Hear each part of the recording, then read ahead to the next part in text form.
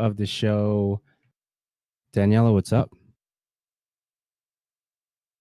I'm older. That's what's up, my age. That's good. You look amazing. Except that it's really hot. Oh my goodness. I wish I had an AC. Okay, so hot to me is three digits. So what do you got going on over there? I know it's not hot to compare to everybody's heat wave that they've been having, hitting the digits. I've heard it all, I know. But it's for me right now what hot is, I guess it's more of the humidity and the stickiness. Like it's Hmm. 78 degrees, 78% humidity. And if it wasn't so humid, 78 really isn't that bad. But right now, I'm just like I just want to sit in a pool. I don't well, I'll sit in the ocean at this point. It's really hot. Yeah, you could walk outside is there, right? For the most part. What are you, 20 minutes or how far are you from the About water? about 10 minutes or so. Hmm. Really Paradise. that it's not really that far, but Right. oh man. Word.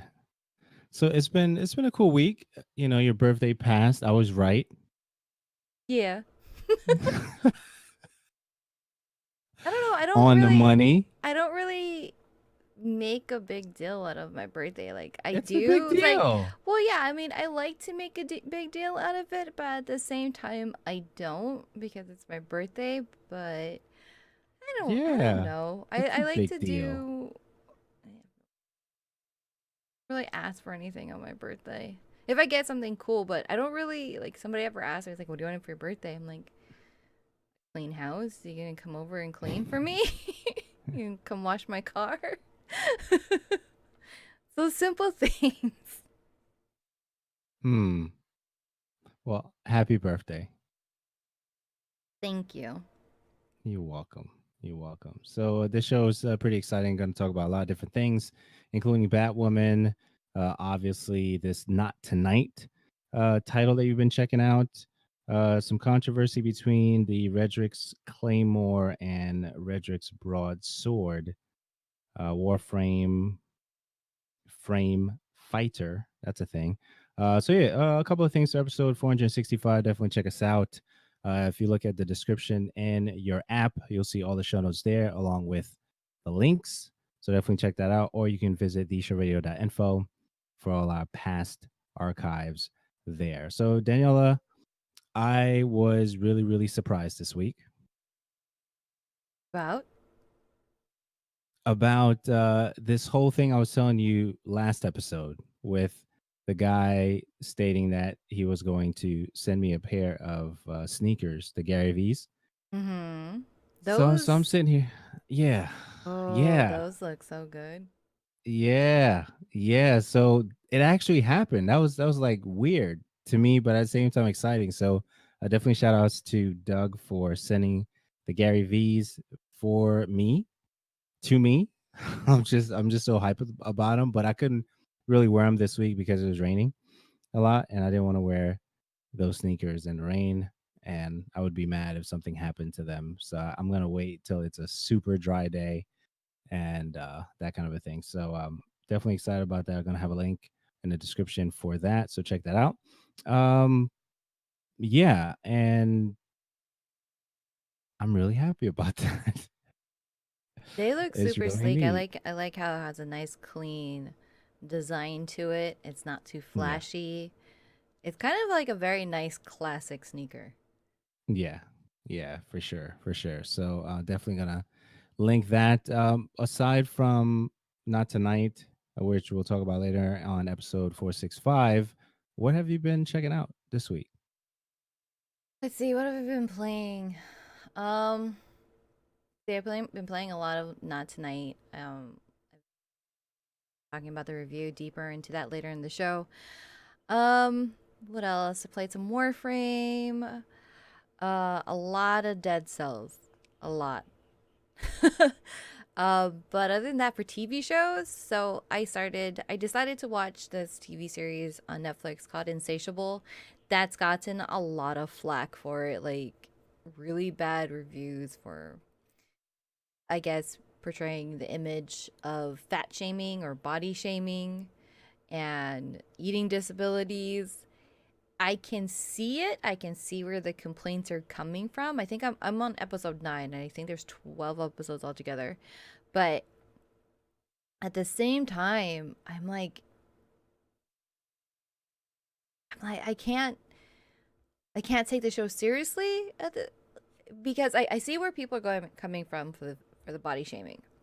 But the TV series is such a joke in a way that I feel that like I can't take you serious for this negative, I guess, vibe that you're sending out.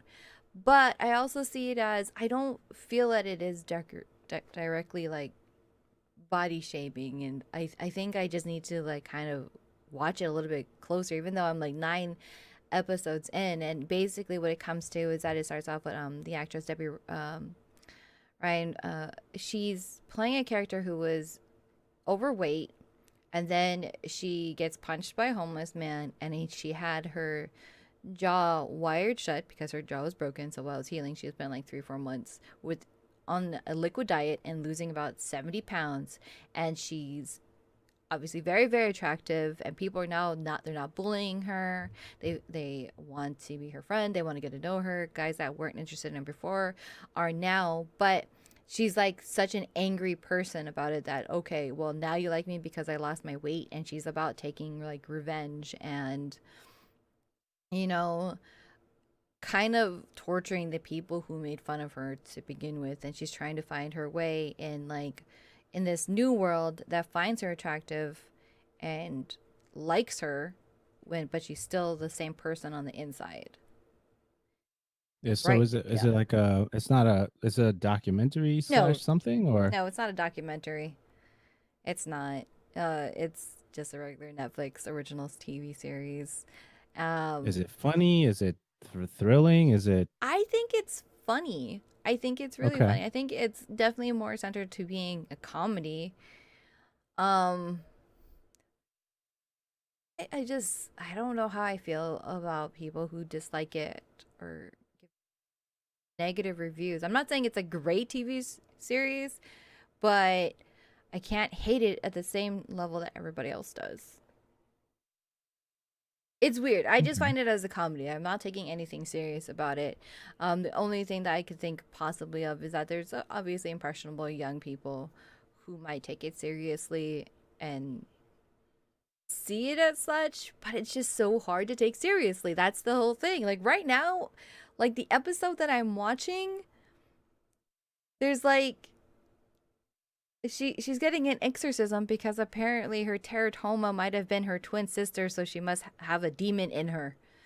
Mm. Like, how can you take that seriously right now? Right, right, right. I was just like the way that it turns. I'm like, okay, I don't, I don't know. But after like last week's whole thing about my opinion and my stance on the ninja thing, I think I Right. just obviously just never have or understand the popular opinion.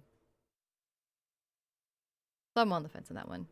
I mean, I'm kind Hmm. of enjoying it. I don't know if I would recommend it to anybody to watch it. I guess if you're really super bored.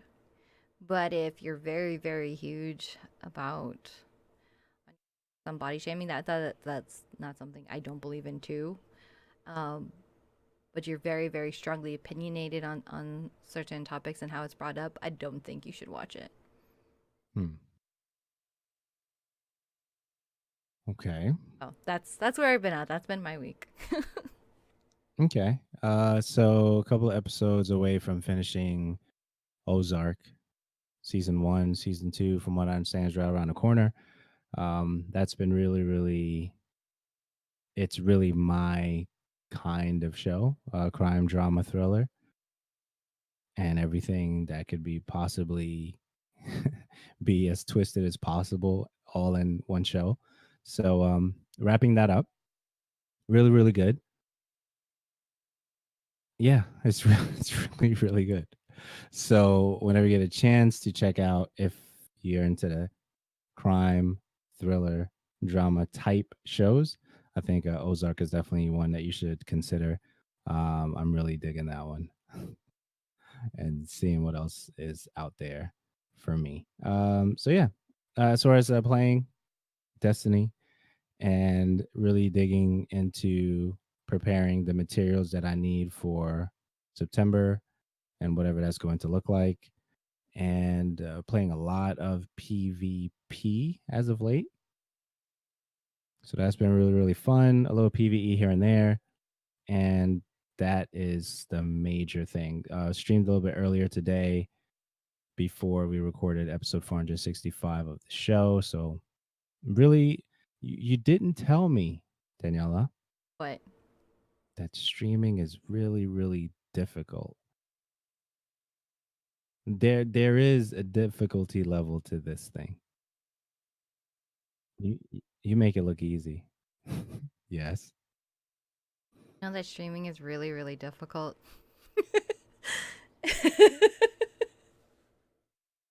No, I had no idea. Now you know.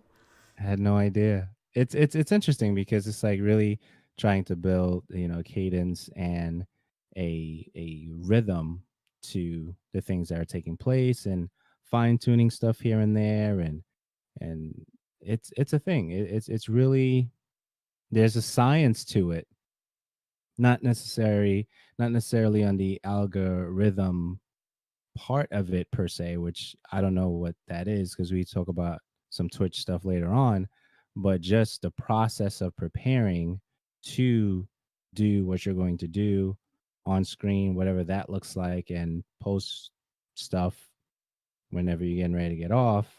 That whole thing, there's a process to that, and you have to be ready for it mentally and physically. It's a thing. It's a thing. I don't know why it's different because we're recording live here, and you guys listening on the podcast, once we put that up, this is recorded live, but I don't feel the same pressure, and I can't really explain what that pressure is, even though we don't have Twitch. Let's talk about Twitch, AA meetings and the notes, but I don't feel the same pressure that we record here that I do when I'm doing, you know, my channel. Mm, I think it has to do because you have a co-host here. You have me here, and so you can have that conversation going, and you don't realize so much uh, about it being by yourself. Kind of have that filler. Right. Um, Whereas if and on top of that, when you have like somebody else you're streaming with, it's kind of like almost a 50-50 split. When you're by yourself, you realize that you have to do this all on your own. You have to find a way to fill the empty space on your own. You kind of have to figure out how to have a conversation on your own at the same time. And hi there, Mike. Um, What's up, Mike? but it's a very different mindset, and I know that, and I feel that even streaming here compared to my own channel. It's a whole different type of energy. It's a whole different just preparation in itself. Because yeah, Absolutely. on top of that, it's like not even like here you just have me. We don't you and I. We're just talking about things that we enjoy. Appreciate the follow there, Mike. And Thanks, Mike. Appreciate it. when you're playing, it's like you kind of are yourself, but you're not. Especially when you're playing a game and you don't necessarily want people to see you upset. You don't want, or it adds on Right. that whole other layer when somebody is kind of like, okay, example Dead Cells. It's like a very punishing game in its own way, especially when you make a bad choice and a bad decision, or your Right. build, like the RNG of what weapons drop can be very frustrating, especially when you're trying to make this really good run and the chat just all of a sudden just puts salty, the salty emote. And you're just like, I don't need that right now. I just need something that's calming. But you don't want to show that frustration. I know that there's some streamers who are very popular and known for being really super salty and having those rage-inducing moments on stream. But some people don't really want to go through that, and it's kind of like trying to be calm while internally you're just raging on the inside. I am raging on the inside, especially when I'm playing with these noobs in Destiny, and the rando on the left is standing there because he went away for water. Okay, so he's not moving. So every time they come around the corner, they're taking him out, and I'm like, fam, why are you even playing? Why don't you just like get out of the game so somebody else, another rando who actually wants to play, can play, so we can actually score some points and maybe win this match. And it's one of those things. So yeah, so I understand like the balance of, okay, yeah, I'm like, okay, Johnny Storm right now, but yeah, I look like a little angel on the outside. Hey guys, how are you? How's everything? How's your Thursday or whatever day it is? That And kind of that, thing. So yeah, that itself right there can drive you bonkers sometimes just because, like, I really want to get mad. And then when it does get the best of you, for me at least, when it does get the best of you and you let just a little bit of that inner demon out because you're just so angry, you're like, oh God, no, please don't clip that. Please don't clip that. You don't need to see that. right. And it doesn't mean it's necessarily like you're hiding who you are. You just, it's like kind of like going out in public. You always want to put your best foot forward no matter what. Well, they're watching TV, right? Mm-hmm. So the viewers, they're coming in, they're watching TV. So when we're watching TV, we have to have the best representation of whoever we are on screen, right? Whatever that looks like. And once you have that, it's like, I think of it like the news, but it's not the news. Like, you think of the best anchors ever, whatever, top 5, top 7, whatever, they always bring their A game to, whatever the situation is. Rarely you see, a clap back from a news anchor that is the best of the best. So I kind of think about it like that. That's how I think about it. So I don't know if that makes any sense. You tell me. It does.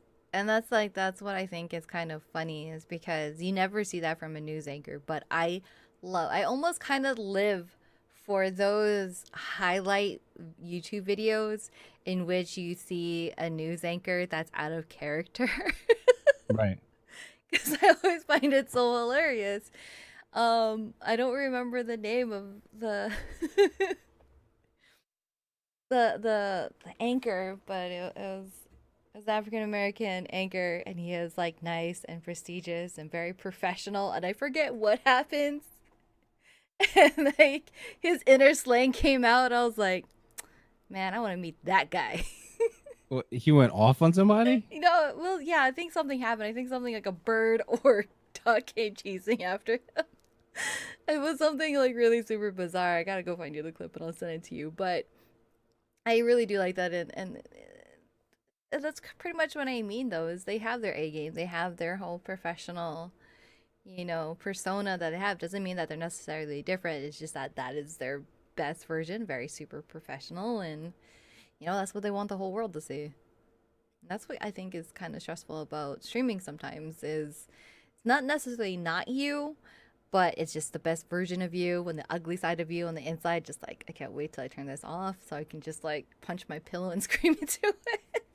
Okay. So I'm glad you said that. So why are people surprised when they meet somebody that is their favorite on air personality, and it's almost a complete opposite of what they see on screen? Because essentially you're building a relationship with somebody who is showing a part of themselves, like you said, whether it's podcasting or even the video content stuff. And then you meet the person and you hope that the person you've been listening to and watching all this time, 3, 6, 9 months or whatever, is the same person that is in front of you. So why Well, are people surprised? because sometimes it can be so incredibly different, like almost a whole 180. Like for me, I only change a little bit, and that's the part where I don't think I want anybody to see me raging in a game. But then there's like some personalities where you have to recognize and know that the persona, the character that they put on screen is just a character. Like for example, Dr. Disrespect. He had that his whole thing. That's a whole character that he created, and that's awesome. This is part of entertainment. You can make those characters, but you can't fully expect that when he takes off the wig, takes off the glasses, that is essentially the same person. Well, if so, if it's crazy to think that if that really is how he is, I'm like, oh my god. But some people like that. And I think that's the fun part of streaming too is you have that option to create a character and bring that character to life. But as a viewer, you have to be able to know what is a character and what isn't. And even people who aren't Okay. characters, it's So like some people who are super high energy. Because it's like I've had that experience before. Somebody who's on stream, super high energy and talkative and loud and vibrant, but then offline in person it's like that's not them, but the character that they created, I feel, is sometimes who they wish that they were, right. and it kind But of they could grow. be. They could be, but No, right? it's that there's that opportunity to live out a dream and not feel like you have any consequences against it. Okay. So here's a question for you. Since you know me, am I a character? No, I don't think so, not in the least bit. Oh, No. okay. That's good to hear. That's good to hear. Okay. So any more on that? No. Okay. All right. So Twitter. Twitter kills off key features, going right into technology here, for the third-party apps, whether it was Talon and some of those guys. Uh, One of the things that I really enjoyed about Twitter over the years were all of the different apps that you can use that still had the same features as the main app. But Twitter didn't like that, and they posted like many months ago that they were going to start phasing out those APIs so those other apps could not take advantage of their main feature set, as it relates to the Twitter app itself, so they can develop and focus on that app to make the Twitter app better. Your thoughts on that? I'm not. I don't really like that, and I gotta go and sit here and compare it to because I use Talon as my Twitter app, and I gotta go and see which features this is gonna include and taken away because I've never really liked Twitter's native app itself. I've Okay. always used a third party app, but I've never. Man, I can't remember the last time I actually used what's bit Twits Twitter's built-in app. Um, and maybe it's a good time for me to go and check. But I'm in love with Talon. I've been using that for so long. The only feature that I do know for sure that I cannot. I don't know if it's necessarily a feature. I guess I would put it under there. Is that group DMs? I do Right. not receive group DMs on my app, and I didn't even realize that was a part of group DMs until like I went to go check my DMs on the website itself, um, because I don't even get the notifications on there for whatever reason. Like it'll my phone app will say I have a DM. I'll go and check, and there will be no group DMs. No, like there's be nothing new. Well, by me doing that, it would actually clear out the notification so that if I ever go and check on the website itself, I won't have a little notification on the website saying, hey, you have a DM to check on.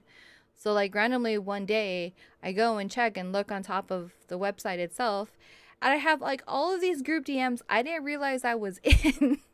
And I'm Right. like, Right. oh my God, these people must really hate me because I did not respond back to a single thing. And here I am writing apologies. I'm like, I am so sorry. But yeah, that is for sure like the only things that I ate for the last 3 months because I think the last one that I got was Ollie. Ollie sent me from E3. He sent me a group DM, and I was like, oh my goodness, I didn't even know that you put that. But now I just regularly check it almost every day just to make sure that isn't there. But as far as like everything else, I mean, if they're gonna really do that, and talent gets hit by it, I guess I feel like I'm being forced to use their app. And over the years, it doesn't mean it didn't get better, and Right. I just didn't really give it the time. But my initial experience was like, nah, I'm going to try something else. I think right now my biggest thing and what I loved, and what at that time that Twitter didn't include, that Talon did, is that I could have multiple Twitter accounts on there. I have dark mode. I can change the color schemes for different replies, mentions, retweets, on all the different activities that happens. And then I also can set for like having favorite users, so that if there's like a news outlet or a developer or a you know celebrity Twitter account that I like to follow and like to be updated for, I can set it for favorite user, and that it'll send me I can't talk today. Push All notifications right. All right. Take your specifically time. for those that I favorite, instead of just like all grouped up into one. Word. There's that. It's all good. Yeah. So that was the main thing I did see for technology that was, within our wheelhouse for stuff. A couple of things I did see in entertainment. Download free tickets to the museum on September 22nd. Another thing I did see: 5% of U.S. households that choose to stream over Wi-Fi based services. Any comments on those two things? It's Oh my goodness, I'm old. Yeah, I was like 13, 14 years old. And that's my last comment for that. I'm done. Okay. Netflix testing video promos in between episodes. Fan or not a fan? Did you see that? Yeah, I did. I don't know. I don't know. You okay? I Why don't just you know? I don't think I I'm know gonna how I be feel a about fan. it. Uh, I I mean, I guess it's good if it's only between episodes. If they're gonna start throwing it in my episodes like regular live cable TV, I'm gonna be pissed about that one. Super, super pissed. But if you're gonna have video promos between my episodes, my monthly subscription services better go down. That's it. Because if you're having ads and these promos, I don't even care if it's for your own TV series.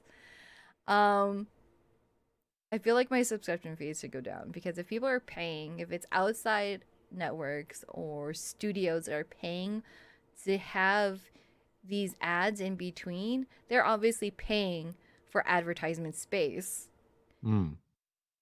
So my monthly bill should be cheaper. Now, with that being said, it's so like I don't want it to be really long. Like I don't want no 3-minute ad just What do because you I want? happen. I don't know. I just feel like okay. I have like a middle feeling about that. Like if it was a 3-minute ad, I'm like, okay, that might be perfect time for me to go A run to use it. 3-minute Yeah, if ad? if it was because I binge watch stuff. I really heavily binge watch stuff, and there's a reason why I watch like 9 episodes, nine Right. hour long episodes this week.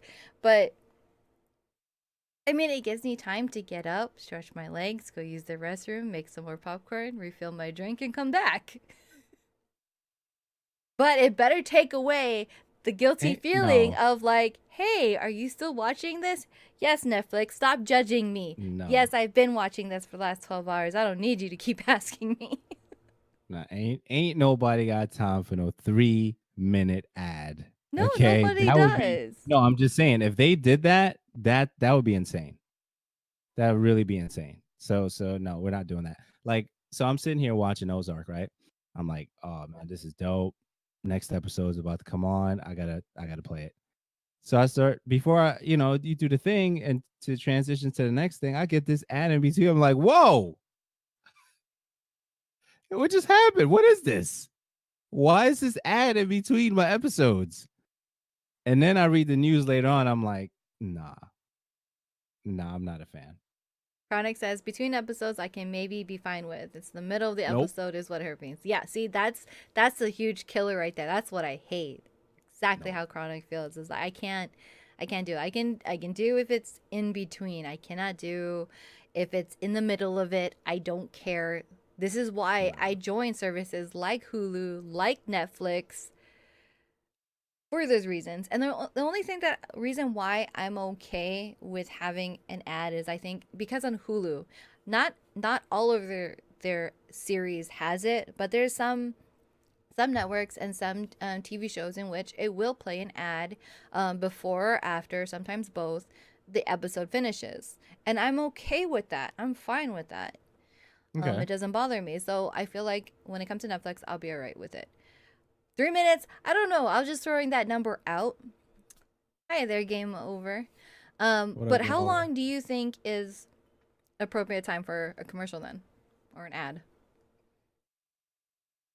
All right. So let's play this out a little bit. So comedian in cars getting coffee at one point was on Crackle, I believe, before it became a Netflix thing.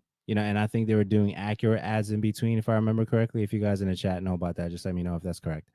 Um, and I think the ads were pretty short. They were 60 seconds or 30 seconds or lower than that. I mean, it was within that range, but it felt fast enough for me not to be concerned with the ad to continue watching the comedian cars with the coffee thing before it moved to Netflix.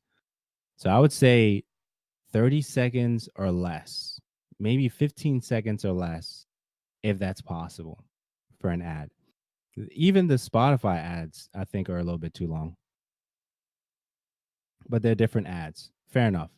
As long as the ad, whatever the ad is, if the ad can be 30 seconds or lower, then I think that's the attention span that we're getting to. The average attention span is going to be anywhere now between what, 15 and 45 seconds, if we're realistic and honest, right? So anything after that, you're wasting my time. So now I really want to get into the next thing, whatever the next thing is, the next track or the next thing. So you have the short ads. I think Ice T did an ad on Spotify recently for something.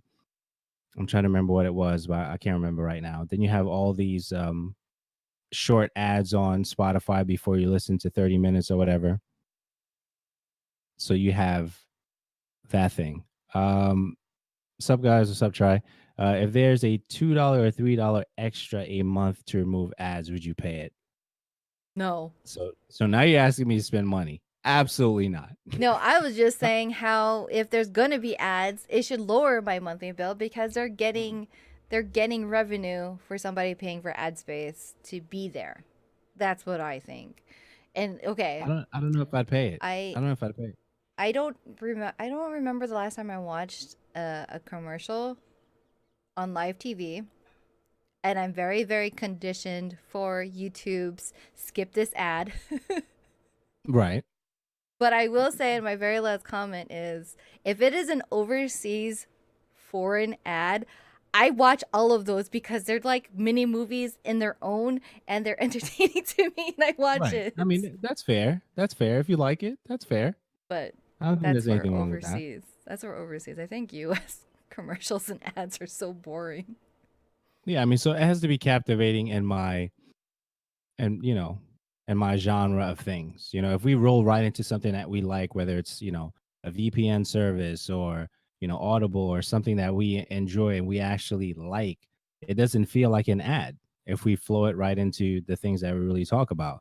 If it's a T-shirt or a particular brand that we like or whatever, if it rolls into that thing, you listen to the ad because it's coming from a genuine place that the individual is presenting the ad, that they like what they're talking about. So it doesn't even feel like it anymore. But I guess it depends on the situation. Longman was one of the best commercial storylines I have ever seen. Well, then I am going to have to go and see it. I'm not opposed to want it in.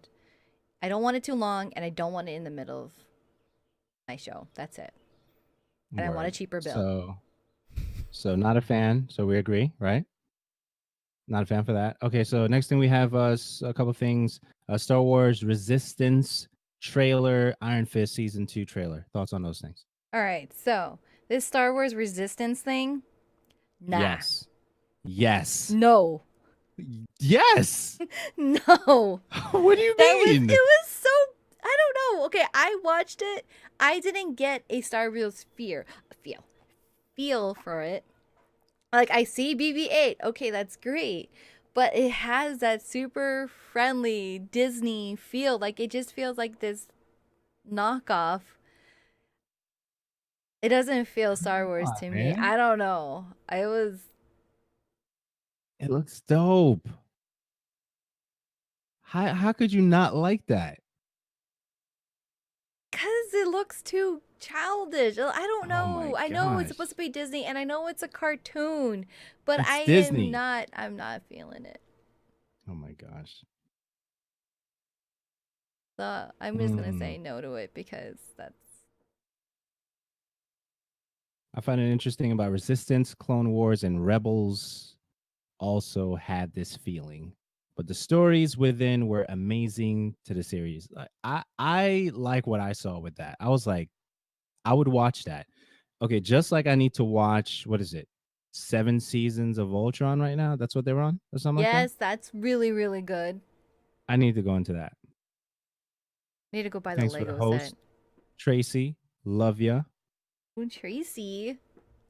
Tracy doing a thing on IG. But Okay. yeah, so yeah, talk to me. Okay. No. There, that's it. No, what do you mean no? Not I even a don't feel little like bit? that. Okay, Not I even will a go little give it a bit. try. I will go give it a try. But right now, just looking at the whole promo ad for it, Right. I'm not impressed on it whatsoever. I have a very, very strong feeling I'm not going to be able to see it on Netflix. So, and I'm not going to pay for Disney streaming service to go and watch it. And I'm not going What to did go they pay for say? cable to get it either. Not you, Tracy.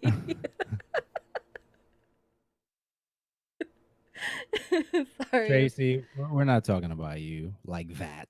We're talking about That was Star just Wars Resistance on Disney right now. yeah, this Star Wars. Thanks for stopping by.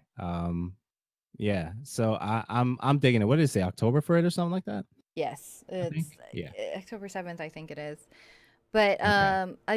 I'm not feeling it. And if I can't Tracy's here. No, that's not you, Tracy. Um if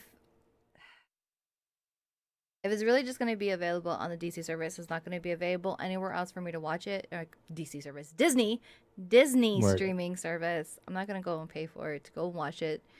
Um, Somebody better let me know. And I'm not going to go pay for cable. We're not doing that. But this ad, I'm not impressed with it. I will want to give it a fair try, but What's a fair try? I will Half watch an half a season. episode? No, I'll watch half a Half a season. season. Oh, Yes, okay. I I'm will watch impressed. half a season only because there's some TV series that have a very slow, rough build up, and Right. it doesn't really get good until you're at episode 4 or 5. So that's why I say half a season. Okay. Like Jessica Jones, the first season.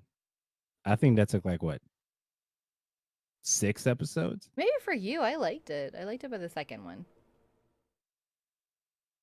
All right. Are you gonna tell me no for that one too? It got good towards the end, is what I'm saying. But in terms of season 2, did you watch the whole season 2? No, it did not. Me neither. So why not? What happened? I'm behind on everything. I didn't even get to watch the Defenders one yet, so I'm Okay. behind. That's all. That's fair. Iron Fist was Okay, so that's slow. funny enough that you're bringing this up, Try, because that's a great transition. So there's Iron Fist 2. That is slow. That is painfully slow for me to get through right now. And Okay, so if you're saying it got good as it relates to Jessica Jones, I agree. It got good. In terms of the second season, I don't know because I need to go into that. Tries talking about Iron Fist was slow. I agree, but I liked it. But we must remember that they didn't have enough time to choreograph the fight scenes the way they wanted to, which is why the choreography for season 2 is going to be way better than season 1. A lot of individuals gave it flack because of the poor execution of the fight scenes in season 1 for Iron Fist, and I don't think we're going to receive the same thing in season 2. So, okay. I'm probably missing something about Iron Fist here because I don't know. I I am suffering from what I suffered with watching Star Wars The Clone Wars, that every single time I turned on The Clone Wars, within the first 20 minutes, I fell asleep and I wake up when it's already ending. That's how I feel about the Iron Fist. Is I don't know why it feels so slow and so boring to me. Like it's hard for me to get through. And it's so far of the Marvel stuff that's on Netflix. That one. All right. So it was slow. It was slow for me as well because I wasn't necessarily familiar with the storyline, like the super fans of Iron Fist and those guys. Daredevil, I kind of knew. Some of the other characters I kind of knew, but when it came to this particular character specifically, I really didn't know anything about the character, whether they're following the storyline to a T or whatever. I didn't know, but it was slow, but I wanted to find out what happened at the end, right? So right now I'm in a spot with, real quick, I'll dive back into the Iron, guy. Luke Cage, I'm in between. Like, do I want to continue, not continue? I don't know where I'm at right now, but my lack of interest is, sky high for Luke Cage right now. But I need to finish that. But Iron Fist, I don't know, something about it was different. It was new to me. I wanted to finish it, and I went through that, and I was like, you know what? I'm glad I did. Fight scenes were they were okay, but at the end of the whole thing, I think it was enjoyable, and I'm looking forward to the next round or whatever. Try is pretty much saying, yeah, you wake up and miss nothing. But Tracy really, really loved it, and she has that feeling towards Luke Cage. Chronic says, Right, "This is what I feel with Iron Fist. With Luke Cage, I was able to connect to the character more. In Iron Fist, I'm having a hard time doing so, and that's how I feel. If I can't connect with the character, I'm not interested, and it's hard right, to. And I keep trying. And I'm like, I kind of gave up at a certain point because I'm like, this is difficult for me to watch, and there's so many people who love the series, and here's season 2, and I'm like, I can't even get through the first episode." Tracy says, yes, it surprisingly, was I wasn't super into Daredevil season 2 when Elektra showed, but that's because I hate a character in general in the comics. And see, I think it has to do a lot with the characters. If you can relate to them, if you enjoy watching them, that makes a huge difference, obviously, right, if you're gonna be able to maintain your attention to watch it. right. The soundtrack for Luke Cage was dope. Is dope, I should say. Season 2 is dope as well.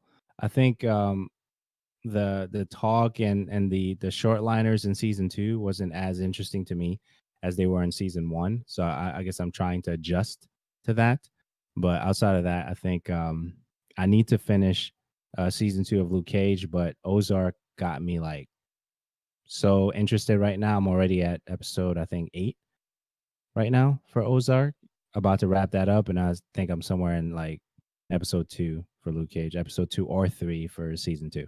So I guess it depends on what's going on. But yeah, Iron Fist is dope. For you and Tracy, me trying Chronic will just watch something Not else. there. No. There's a split tonight. There's a We'll tug be of a war going on Yeah, right there is. now. We'll be What's awake going for on, the people? ads. What's going on, chat? Yeah, so that's what's going on with that. What else we got? DC Universe's digital subscription and streaming service has it's already on Google Play a little early, right? Before its release. Your thoughts on that? Oh, I'm jumping on that. That's something I'm definitely gonna give a try to. And yes, yes. Oh, see, like Chronic can't wait for season 2 of Ozark at the end of this month. And Gunnar and I have been watching Westworld. Oh man. Oh man, this was not dope. Iron Fist was But good. Give it a I chance. know. I was complaining about having to subscribe to Disney's subscription services. DC's, I'm Right. gonna give a very good, honest try to because I'm getting more than just TV series. I'm getting comics as well too, and exclusives, and I love that. And I think it'll give me a chance to be able to catch up on a lot of my comics. I know that their entire library will not be available. I'm thinking it's going to be their latest stuff, which is the stuff that I'm interested in. I don't really care about their silver series or anything like that. If it is it jumping ahead, just having it on Google Play, I don't think so. I mean, I think if they're going to be allowing to have their comic site available, I mean that makes sense to have it on Android devices. Especially if you have, I think it works on Kindle. Gotta go and look at that if anybody wants to let me know if it works on there. But they're their way of slowly introducing it and rolling it out. Word. Okay, so Westworld, right? Just started I'm he- season 2. We literally just only watched one episode, but I love, okay. love, love that series, and I gotta rewatch it because gotta watched it for the very first time.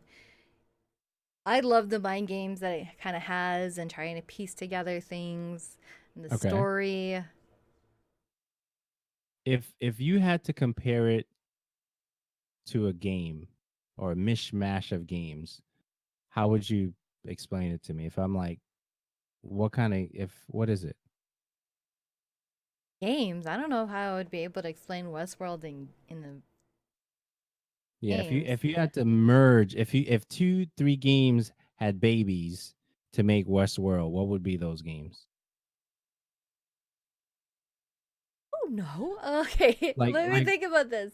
Okay, yeah. so in a way, I guess you could say it's like if you took the technology when they made I forgot the name of the company, but Assassin's Creed, how you had Okay. somebody go in through history to Nice. go and be a Templar or pirate, Right, right, and right. then but Okay. they would still have that scientific advanced technology behind it.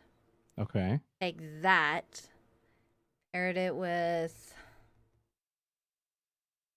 Red Dead Redemption, Okay. So Western feel thing. and yeah, Okay. and any of Anthony Hopkins' movies. Okay. So You know, it's that's a a really hard question to ask me as far as no, comparing but I them. think that was really good. Like you gave me a very that was really dope. That was really dope. So it's kind of like a Western tech thriller, is what you're saying. Yes, it is.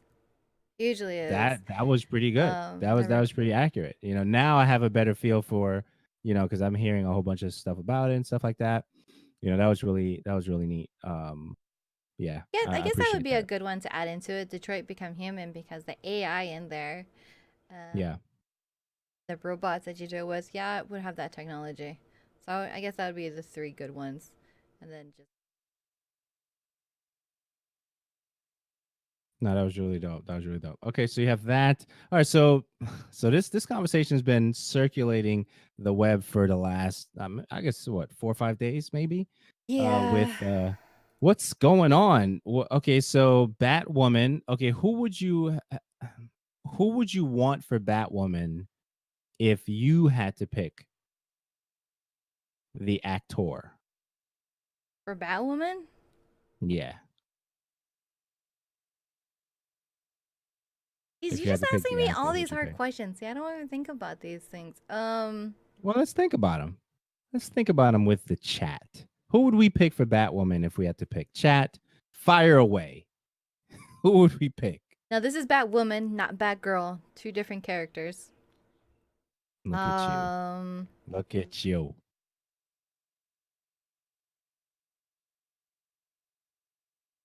I have an easier time telling you who I don't want to be Batwoman. Okay, so who don't you want?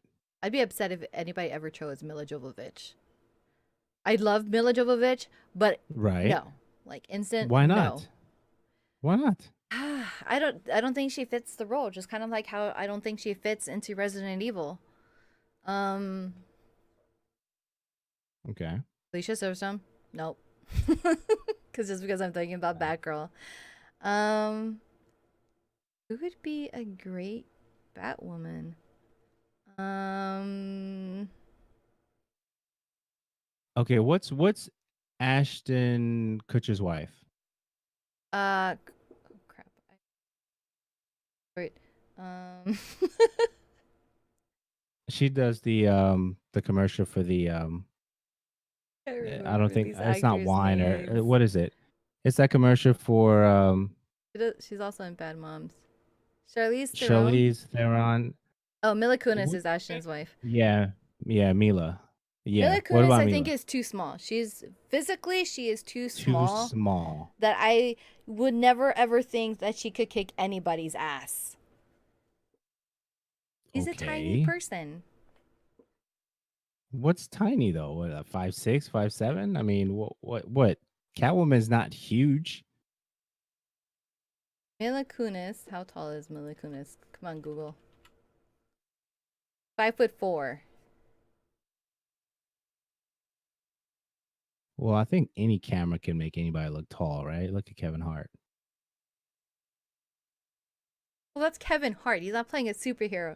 I'm thinking of Tom Cruise over here. Tom Cruise is shorter. They make him look tall. I So think so Mila so the Kunis whole would make a better situation. Catwoman than she would a Batwoman. Okay. So the internet is really mean sometimes, right? And you have a situation with Ruby Rose, who played in, give me like one of her major things. What is she playing? Orange is the New Black.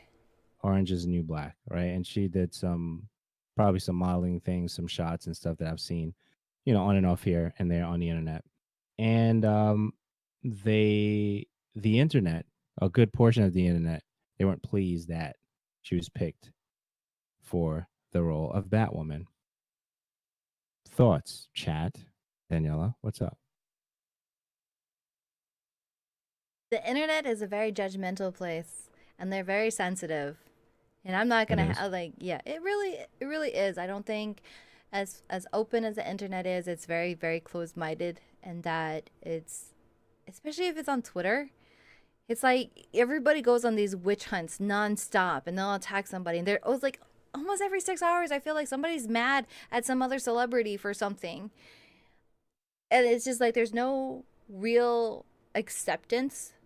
Like, people have differing opinions, and we don't have to argue. We don't have to push our opinions or thoughts and feelings towards another person. You can put them out there and respectfully be okay with somebody having a different opinion than the Mm, next.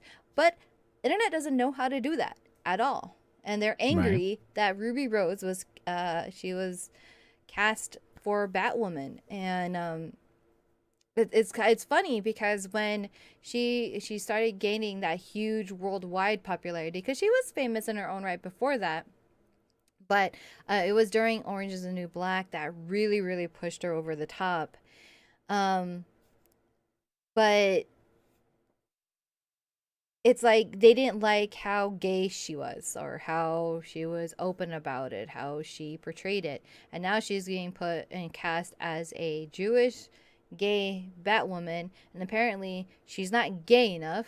She's not Jewish. They just attacked her for everything that, well, she can't help but not be Jewish, but just like, how can you determine like, oh, you're not gay enough, you can't be cast for this part, and then attack her for it, Mm, that she pretty much had to just close down her Twitter account. And then Tracy says Ruby Rose is gorgeous, but she's not the best actor outside of Hot Chick like Scarlett Johansson.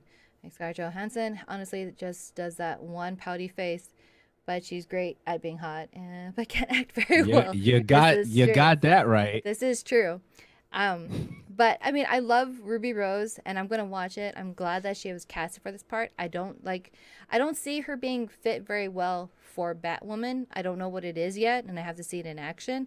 But I can Right. picture her being Catwoman, just because she is a very attractive woman, but she has this very sultry personality about herself, in which I can see her playing, a character like Catwoman, who uses her seductress type of personality to con people. I can 100% see that. Batwoman, I'm not quite sure. I'm not disappointed about it, but I'm Right. not angry because, well, she's not gay enough or she's not Jewish. I just can't fully picture it at the moment. Although I think that Ruby Rose might be a slightly better actor than Scarlett Johansson. Because I have to agree with her. It's just like Scarlett Jo just has that same face all the time. All the time. Hey, it is what it is, people. It is what it is. People got mad when a guy from Brokeback Mountain got a role as Joker, and look how it turned out. Daniela? Yeah. In my opinion, just let it play out and give them a chance. Yeah, pretty much that's all you can really do. Even though I can't fully see it, doesn't mean it's going to be bad. I just have to see it in action first. But a lot of people won't even give it a time of day. But it's not taken away from the fact that Ruby Rose, she's gonna go and she's gonna continue with this role. I think that's great. I See her face I in just more want to see a good things. movie. Word. I It's just gonna want to see be a good well. movie. We're gonna see. It's gonna be a TV series. They're Right. going to be doing the crossover series, which I think is great. CW does an amazing job with these crossovers with their DC series. So we're gonna be. I think it's Christmas time in December, in which you're gonna start introducing Batwoman into the DC universe on CW, and I think it's slated for sometime next year for her to have her pilot series to see how that plays out. Word. They are reversed. Word. Fair enough. Okay. That was good. All right. So next thing we have is Watchmen series officially ordered by HBO. Any thoughts on that, Daniela? Every time that you bring up Watchmen, I feel like I have to really super think about the words I want to say because what I want to say initially, I don't think it's fully family friendly. That's all I can say. Make editing real easy for me. Watchmen should not be on any other network other than either Showtime or HBO, and that is the only two networks I think that Watchmen will actually be great in. Because if anybody watched the movie, you would know that there was not just one big blue man, but two big blue. Place I can be on is HBO or Showtime. I have to go back and watch the movie. I have to go back because I barely remember. I remember it was dark for a good portion of the movie. I think I don't know why I remember that, but that's really all I remember. I don't remember context. I don't. Was there a window scene of some sort of something? But you just go back and watch it, and then Yeah. you'll understand. But yeah, to pay that entire series any justice, um, I think it's gonna be a bit more crude than even Right. Game of Thrones. Game of Thrones can be pretty crude and pretty graphic. Watchmen series be right up there, if not pushing that boundaries as well. If they go, that route with it. If they Okay. don't and they try to make it a little bit more tame, I think really true fans might be a little disappointed. Okay. Okay. That's cool. All right, so that's pretty much all we have. That wraps up the entertainment portion of the show. I want to give you some quick ads. We talked about that before.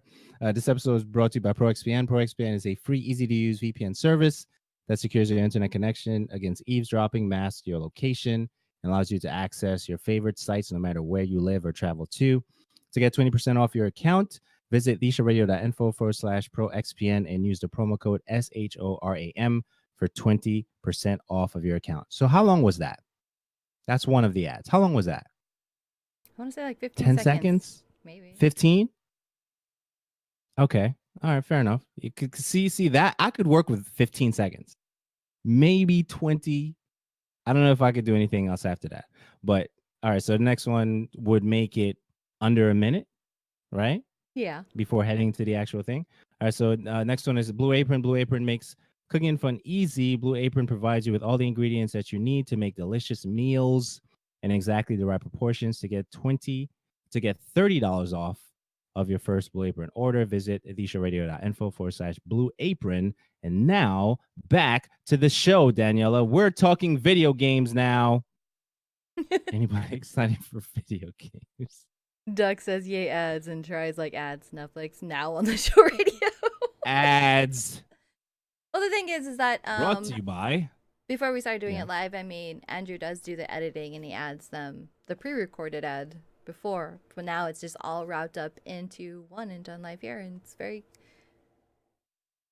very smooth, and we're just going in with Word. Now, video game news, video games. Video game news. Vidya. Video game news. So that's what's going on with that. All right. So video games. First thing I did saw a couple things, but this one was really interesting. Valve's Steam.tv. So I definitely want to hear your thoughts on that. Apparently, they accidentally released that to the world and quickly pulled that. I think if you visit Steam.tv now, it's just a blank screen, according to what I saw. I don't know what you'll see once you try to type that in. Any thoughts on that? It's just a blank webpage. It's just white right now. I know that in our link for our show notes, it will link to a screenshot of what it did look like. Currently, right now, it's just a blank white webpage. It doesn't even give you a 404 error. It's just nothing. So you obviously know that URL is taken. It is going to be happening. I think they can't even really hide it. I mean, they accidentally had it published and go live for the entire internet to see. Not too sure how I feel about it. I mean, I know that Steam does have natively you can broadcast and you can watch streams from the app itself. It would be much easier to do from site.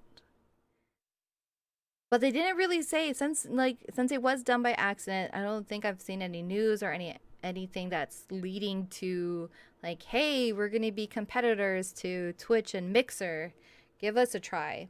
Or really, if like the article says, it's really just, hey, we're just gonna be paying attention to the competitive side as far as like Dota or League or whatever it is.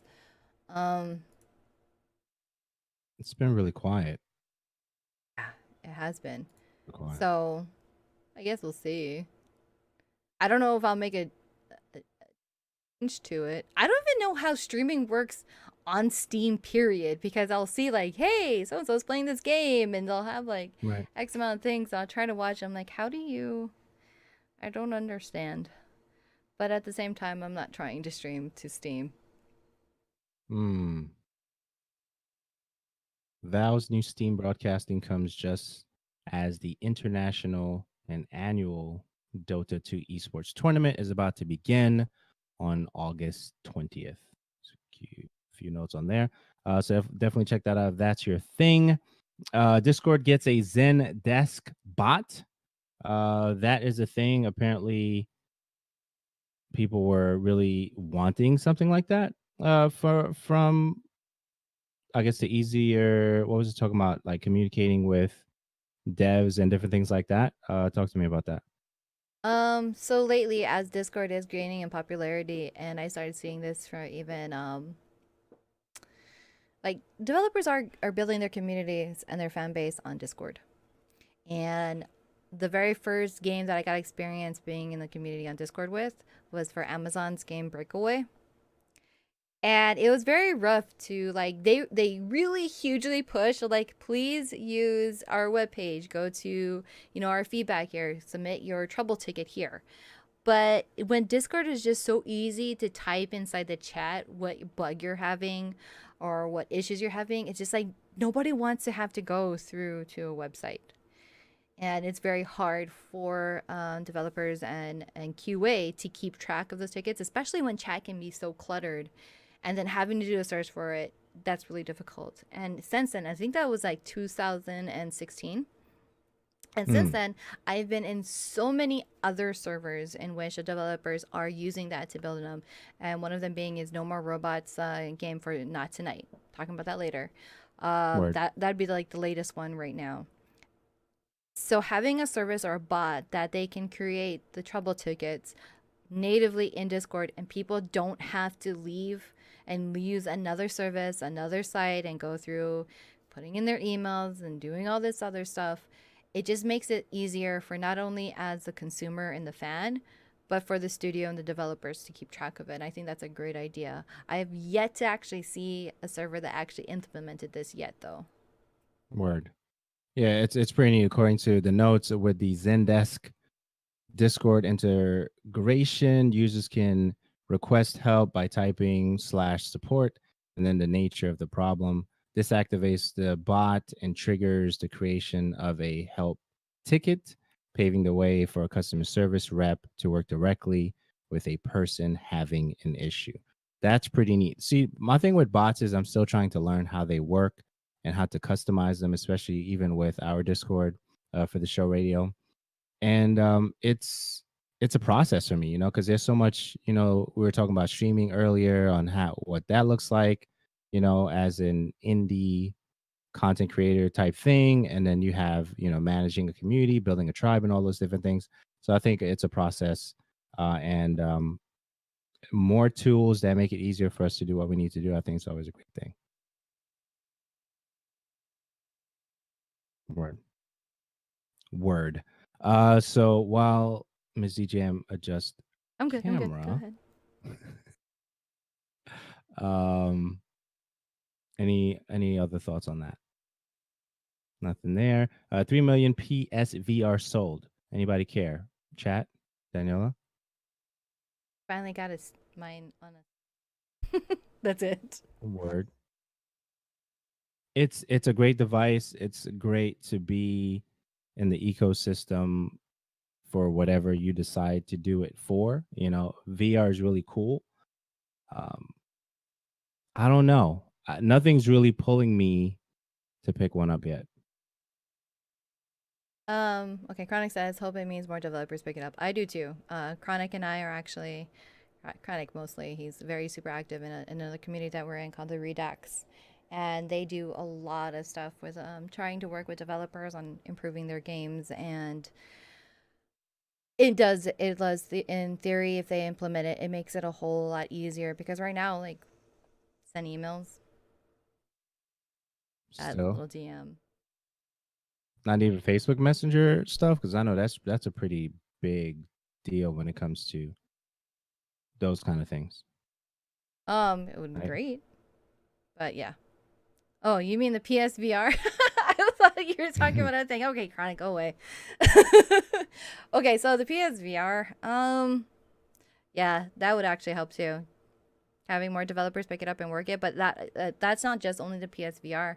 It would have to be VR, the entire genre, period, to have more games being developed for it, which I think it is. Because if, not that necessarily history repeats itself. I mean, in the past, how many times have, the attempt at VR been made and it kind of got nowhere because there was no developer support. I think this time around, they learned from the mistakes. We're ready for that technology. People are buying into it. I think it's great. Just overall. I mean, my PSVR, I do have one. But at that point, I think I've mentioned this before. I kind of really want the Vive. The VR is great. It's a great entry device. It's very easy and accessible to use.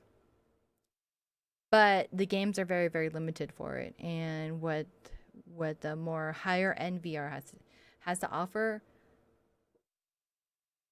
I want one.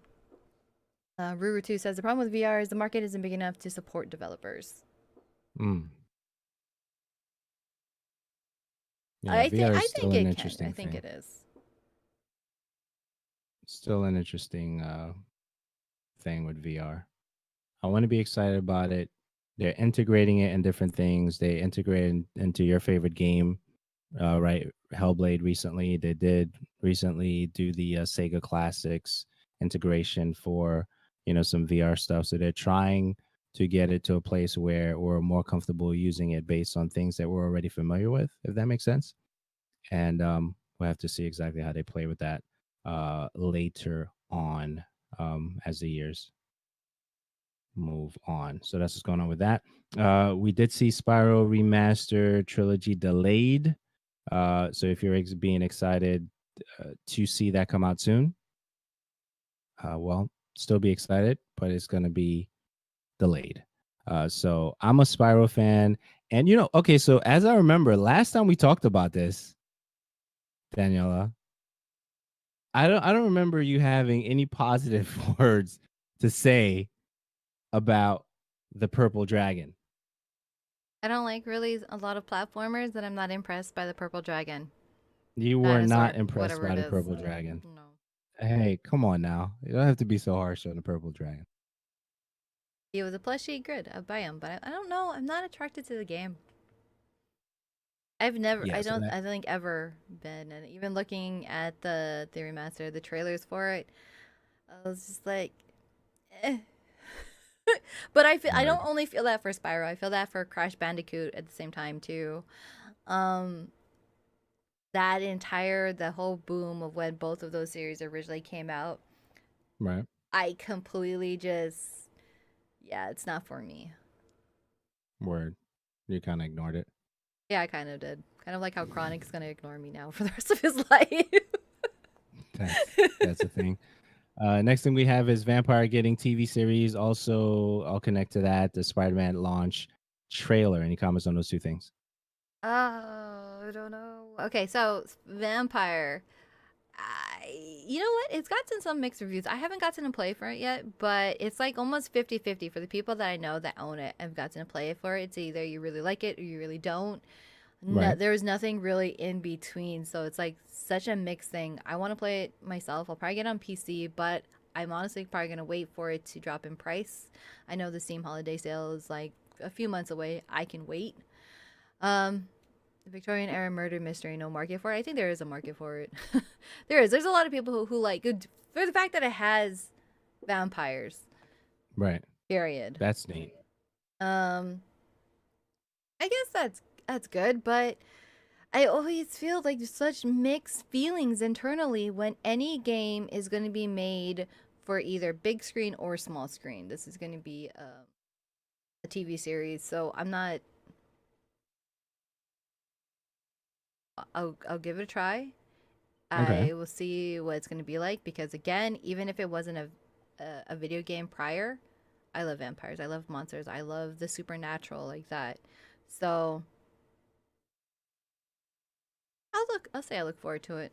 And I'll look forward. I'll play the game too. When it drops in price, then I can afford it. Okay. Fair enough. Okay. So this next one I'm really excited about. As we already tagged it, Spider-Man launch trailer. I think it was amazing. I mean, it's Spider-Man. How could you not love Spider-Man? Spider-Man. TJ, don't Yeah. don't do this. Don't do this right now. My biggest worry, even though I don't know. I don't know about Spider-Man itself, but my biggest worry about it was when a game like this has so much built up hype and expectations behind it, and people are just like, "Oh my god, I can't wait for this!" And the way that they market it, it better be really, really good because if it even falls a little bit short, I don't even want to know the ugly side that the internet will have against it. Onyx says I just got a PS4 Pro for Spider-Man. I just missed out on limited edition Spider-Man 1. Hey, Spider-Man, not Spider-Boy from the movies. And you got lucky to try it at E3. Feels amazing to play. Excited to see more. Hey, you got somebody on your side. Yeah, Chronic. Yeah, Chronic. Yeah, Spider-Man looks Ruru. amazing. I don't care what anybody says. All right. So at some point, I'm going to play it. I don't know how soon that's going to be, especially with all the D2 stuff around the corner. But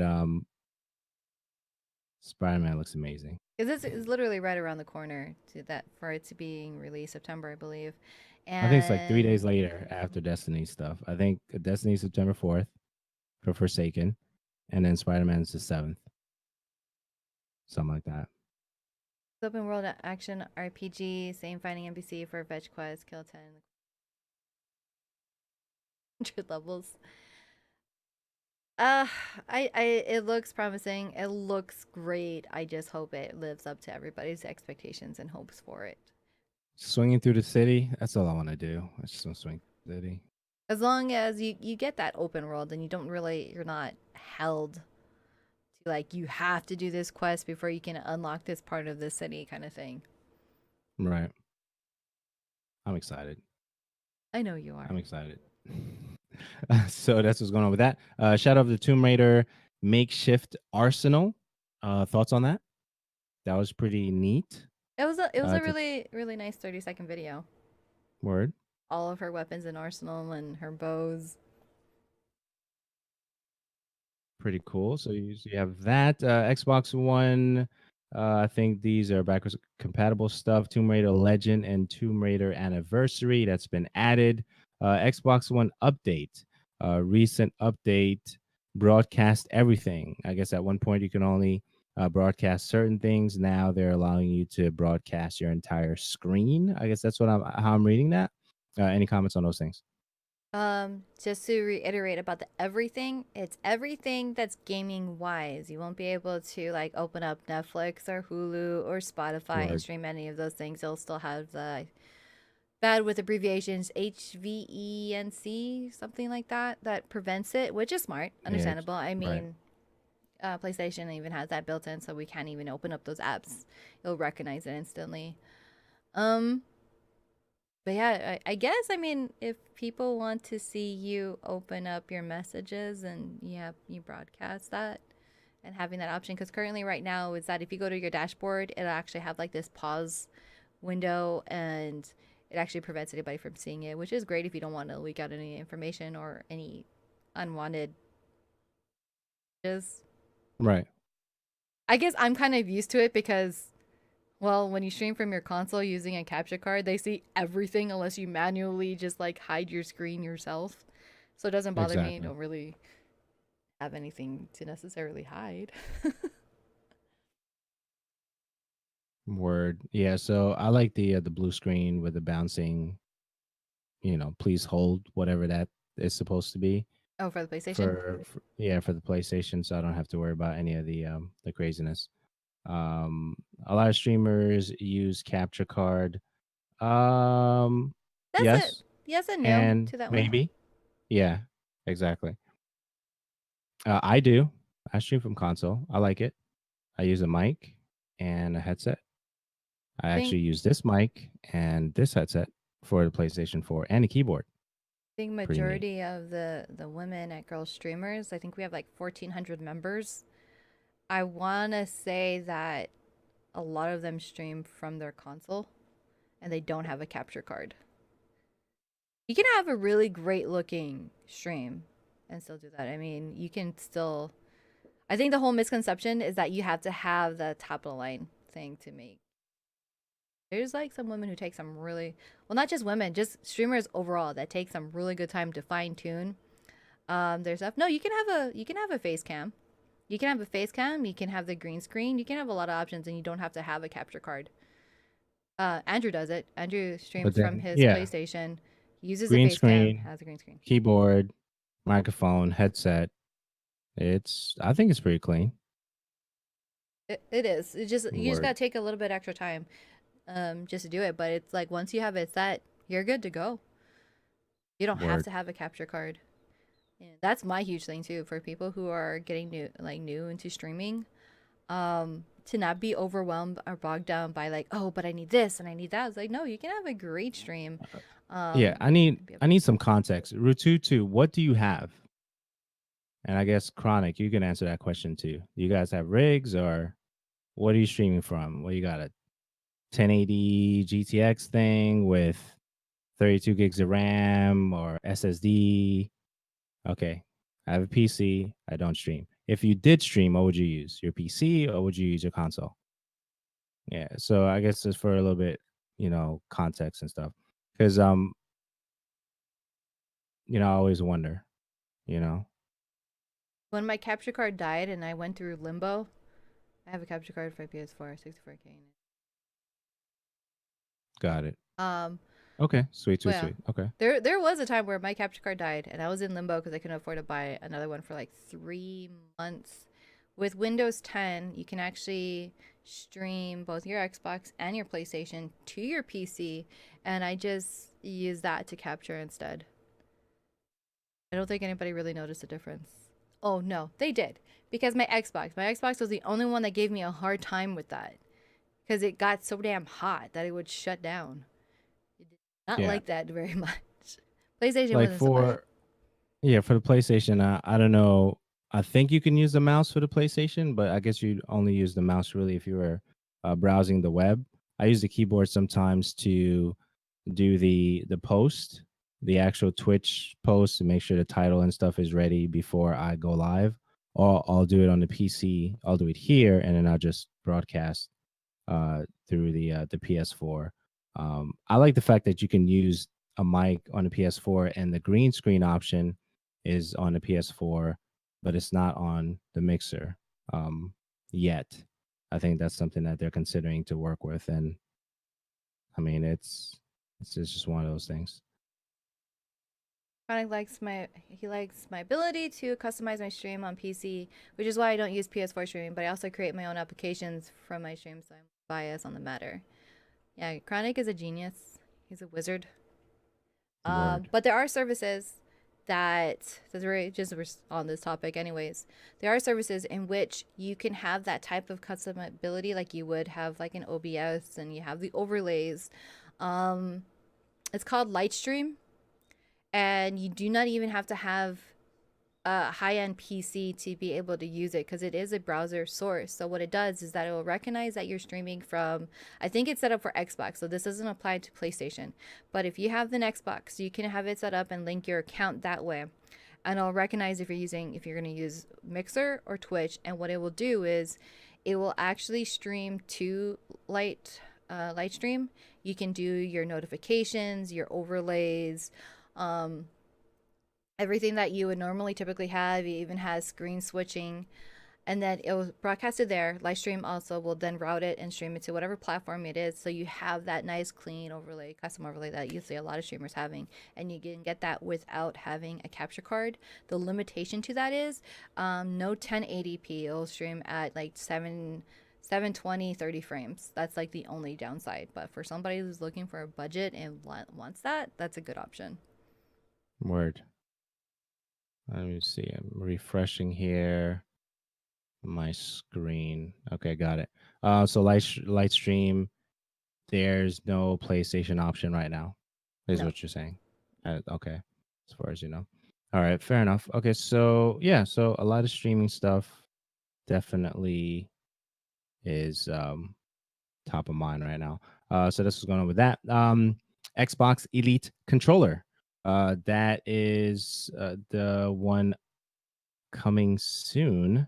Let me just open that up real quick and see what they're talking about. I think I'm trying to remember where they were talking about the code name for it. Code name Spider Spider. rumored. Yes, Spider.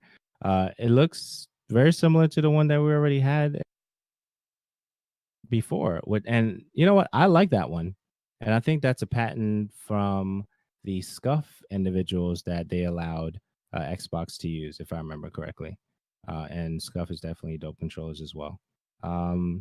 Yeah, so I'm gonna have a link for that in the description. Once you're listening to the episode, podcast listeners, you'll see that. Swipe and you'll see all the links that we have for this episode for 465 thoughts. Daniela. I'm not a personal fan of the Xbox controllers, period. It doesn't matter. Just it doesn't ever feel natural to me. I love my PlayStation option. I know that I think it's Scuff, right? That's making one that kind of has the Vantage. Yeah. PlayStation layout with the Xbox stuff. Yeah. Yeah. And that's That like the that one's Scuff one that I have right now. The Impact is pretty much my go-to for everything. Like I'm holding it right now. This is what I've it's a been great using to controller. play Dead Cells and everything on my PC. I've never have also at the same time, I never have good luck with Xbox controllers, period. Hmm. So No, it's really good. It's really good. if they can increase the lifespan of my Xbox controllers, great. My number one problem is that my joysticks, mostly my left one, it will always start drifting on its own. Like I don't even have to touch it, and like my character will start drifting. I was just like, I'm not even touching you. Why are you moving? Drives me insane. That's not good. That's not good. bad signs. Okay, so you have that. Okay, so the next thing I did see, and you guys probably saw this as well, is the Frame Fighter that's coming from Warframe. Warframe Street Fighter style game mode called Frame Fighter. Would you participate? Do you see yourself participating in this, Daniel? I mean, yeah, it's just like a little built-in mini game into it, which you can go and visit at your dojo. Funny enough, I played it Warframe yesterday, and I don't know. I remember hearing about this update. I didn't go and check anything out about it though. So it's basically you can challenge your friends to a side-by-side duel, very much. And it's actually started off of a forum post or made earlier this year by a Warframe fan, Local Crazy, who was just talking about it, and they had like I think the the video that they had in that forum post was just like a mock-up. It was a mod of what it could possibly be, and you know what? They just went with it. So now you can go and visit your dojo. You pretty much have to visit Samaras and acquire the Ludoplex, which is like pretty much a whole new home for the Warframes mini games. And let's see, let me go step by step here. Everything you need to do because I'm remembering it. So through standing, choose from Excalibur, Volt, and Meg, each within their unique ability. Unlock additional Framefire characters by discovering fragments throughout the game. And if the Word. Scan Warframes Prime is in your inventory, you can toggle in the Prime version of the acquired character. But I think that's really cool. That's fun. I mean, I'll go and do it. I don't think it's something I would specifically only play Warframe for. Hmm. But just to add for you to do something on this giant world and game, even more so. The game looks beautiful. I need to play more of that. It's my super casual game. Yeah, it's definitely cool. Definitely cool indeed. So you have that for Frame Fighter. Definitely check that out if that's your thing. Halo Infinite is apparently Halo 6. This was recently announced. The post, where was I reading that? I think I saw one in Forbes as well. According to Jeff Easterling during a Mixer stream, you should just consider it Halo 6. Don't think of it as a weird prequel kind of thing. It's the next story, it's the next chapter in what is going on. So, for the individuals who thought that it would be a separate thing, it is not going to be a separate thing. So, if you're a fan of Halo in any way, shape, or form, and as I've mentioned in previous episodes, Halo 5 is a great PvP game. Okay. Now, the storyline is a little bit weird. But in terms of that game being what it is, with a great soundtrack at 60 frames per second, uh, PvP is really, really solid. I think that with all the mistakes that they've made, doesn't we don't see the game as great as it is because of all the stuff that has happened. But at the end of the day, that game is a solid game. Halo 5 Guardians is a solid game right now. And I think that whatever mistake that they did, and I'm sure they're going to learn from that to come out with the next game that's going to be great. Same thing with PlayStation 3, all the stuff that they had going on there with marketing and pricing and distribution and all that stuff, and even developing games for it, which got better at the end of the cycle for PlayStation. That became better, for the next generation of what we see now with PlayStation 4, which is way easier and way better than the generation that was PlayStation 3. So I kind of look at it like that when I think of what happened with Halo 5 Guardians, and prayerfully how they're going to learn from the mistakes there and tap into the next generation of Halo Infinite, which is Halo 6. And that's how I'm thinking about it right now. The ending of Halo Wars 2 has me excited for the new Halo game, Chronic says. Daniela, what are your thoughts? That I haven't played a Halo game since Halo 2. I'm sorry, I'm such a Fair letdown enough. on this. I'm such a letdown on it. I really can't play a whole lot of first person games, so that's not on my list. It's not because I Yeah, choose so not to, I just can't. Fair enough. But Chronic I think I says remember why now. Yeah, yeah, I think I remember now. It just but came back to me. Chronic says All right, yeah. that ending of So Halo 2 Wars or Halo Wars 2 has me excited for the new Halo game. yeah, I think it's gonna be dope, and I think that if you still have the opportunity to get Halo 5 just to see what it's like, the PvP at 60 frames on a console that is still putting out some dope games, I think you should check it out. I still recommend that, even though I don't play it as much, but every time I play it, I'm like, wow, this game is still that good. So there is that. So that's what's going on with that. Next thing we have is Bungie stuff. Okay. And as much as I want to spend a whole bunch of time here, I will not, because the update was pretty big as everyone prepares to go to Gamescom. That's a thing that they're prepping for, which is next week, which is really this week. Yeah, so I'm going to touch on a couple of things as it relates to that. And before I even get in there, any thoughts? Any thoughts right now on anything, Danielle? Before I go into that, I am ready. you are ready. All right, so Ready to listen. this week at Bungie, 8, 16, 18 as a prep to go to Gamescom. I just want to highlight a couple of things I did see in this particular update. And I'm actually going to scroll down to the section that talks about. Um, actually, what I'll do is the Redrix Claymore and the Redrix broadsword. So if I remember correctly, and I could be completely wrong on this, and I say that as a disclaimer, so I don't get trolled or trash or whatever. For you to get the Redrix Claymore, you have to play a lot of the super competitive mode in Destiny 2. And I think in order for you to get that, you have to play somewhere between 300 to 400 plus games to get enough points to potentially get this weapon. All right. So I'm gonna kind of, go a little slow because I know some of you guys are probably Destiny fans in the chat.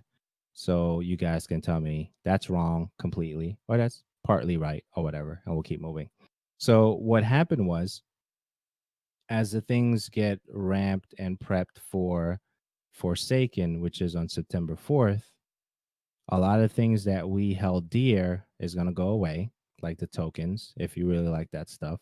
Shader stuff obviously is going to get switched out. Strikes are going to get changed. Nightfalls are going to get modified. Weapon mods are going to be a thing. God rolls are coming back. A whole bunch of stuff is happening with Destiny right now.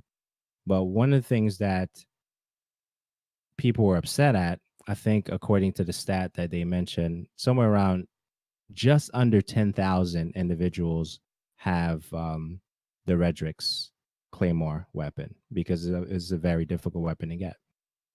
So once you get it, you're doing your thing, you're bossing out, that's cool. But they're allowing individuals who did not have the opportunity to play the 400 plus games to get the Redrix Claymore, to get this broadsword thing as the Forsaken stuff rolls into the next season, which is season 4, if I remember correctly. So a lot of people are upset about that because they're like, why would you give other individuals the opportunity to get something very similar to where I played 400 plus games and I was sweaty, okay, and overzealous to get this weapon, which is a great pulse rifle, which I wanted, but I didn't want to do the grind for it. So now I'm looking into the quests and the different things that they're getting ready to give us in Forsaken to get this broadsword stuff. So you have the camp that said, that's not fair because we did all this to get the Claymore. And then you have the individuals who are kind of excited about the broadsword option, if you want to call it that, for a lesser type grind situation for Destiny 2, the next generation, if you want to call it that. So that was a big thing. So I definitely want to touch on that a little bit. There's there's a lot of changes happening and the glory rank system, according to this update. And as far as social is concerned, how they're going to do the fire team stuff, fire teams that are formed, and some activities will stay together once the activity is complete. This applies to strikes, this applies to Gambit, this applies to Crucible, and that's really jumping down way into the actual update. But the thing that you need to definitely grasp as it relates to all the stuff that's happening with Destiny right now is if you left Destiny a long time ago, it's a totally, we've said that in the past for incremental updates, but it's a totally different thing that you're going to get come September 4th. Okay, so let's address some of the things in the chat, okay? So that your hard work is not unnoticed. True, but most games add things such as changing skins that let you use it in some way. Okay, fair enough.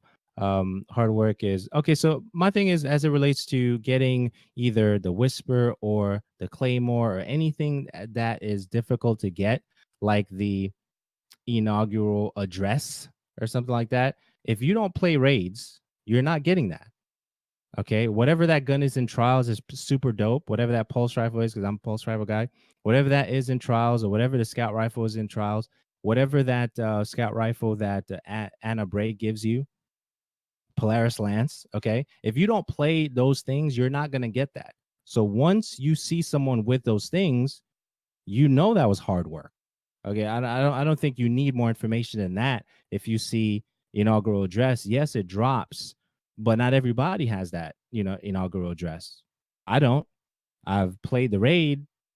I haven't finished the raid for me to even get. Well, actually, I got the submachine gun for the raid, whatever that is.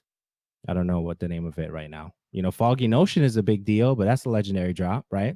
So we can go through all the different guns that you get in Destiny, whether it's a sword, whether it's a pulse rifle or scout rifle, or like a call to serve, or even Mida Multi-Tool, which is a quest at the beginning of D2 that was easy to get if you wanted to go through that. So you can go through all that stuff. But at the end of the day, if you see 1 out of 9,000 or lower, which I think is what it is, about 8,500 people who did complete the stuff for Redrick's Claymore, that's respect. I mean, I just see it. I'm like, dude, I know what it took for you to get that, especially if you understand the process that it takes to get that. So I don't think that anybody who plays Destiny long enough is ignorant of the fact that whether you're getting either a what do you call that thing? I can think of it. Some of the dope ARs, like whether it's a Euro's Gift or any of those kind of the Kibu AR gun, or a Call to Serve, or Three Graves, or Eternal Slumber, or any gun that's really dope in the game, we'll understand what it takes to get that. You either grind long enough it drops, or you do something special for it to drop. And I don't think anybody's really like bypassing that without giving it respect. So that's all I'll say that. So definitely check out that update, 8.16.18. Any thoughts on that? Chat or Daniela? Not for me. Not for me. I don't. But going on, just Yeah. generalizing kind of what chat was going through, I think that's something you just kind of have to get used to or accept that it's just going to happen. Is that I refuse to acknowledge Destiny as an MMO, but it has MMO qualities to it. But yeah, it's kind of like just a normal thing that that even though something is super exclusive, you can only doing it by this, that eventually somewhere down the line they're gonna offer it in a different way that's probably a whole lot easier to obtain. I don't know. Like they have to offer something for those people who did work and grind to get it. Like give them something a little bit more, and like Chronic was that they'll add things such as changing skins to let you to use it in some. That's kind of it. Word. Yeah, so it's exciting stuff. And the grind is tough. Like even all the raids that they've had in recent, I guess, releases, I haven't had a group to do those things. The escalation protocol stuff has been a thing, and didn't get a chance to do that. But the guns that I was able to get that I really appreciate, includes stuff like Origin Story, or Nightshade, stuff like that. Three Graves, which is one of my favorite. Graviton Lance, which I think it's a gun on training wheels, but I like it. I don't use it for PvP because I have a love-hate relationship when I see it in PvP. So I love hurting people that have it in PvP. Okay, I'm going off on a. I'll It's stop okay. now. Go ahead. It's one of those things. But yeah, overall, definitely exciting stuff that's happening in Destiny. There was another thing I wanted to mention as well. Um, the game rewards individuals who stack, and I'm using stack very loosely, right? The opportunities that you have, whether it's with a medallion or with a ghost or with the playlist that you use, with the probability that you would get something better once you apply those sequences for the game, right?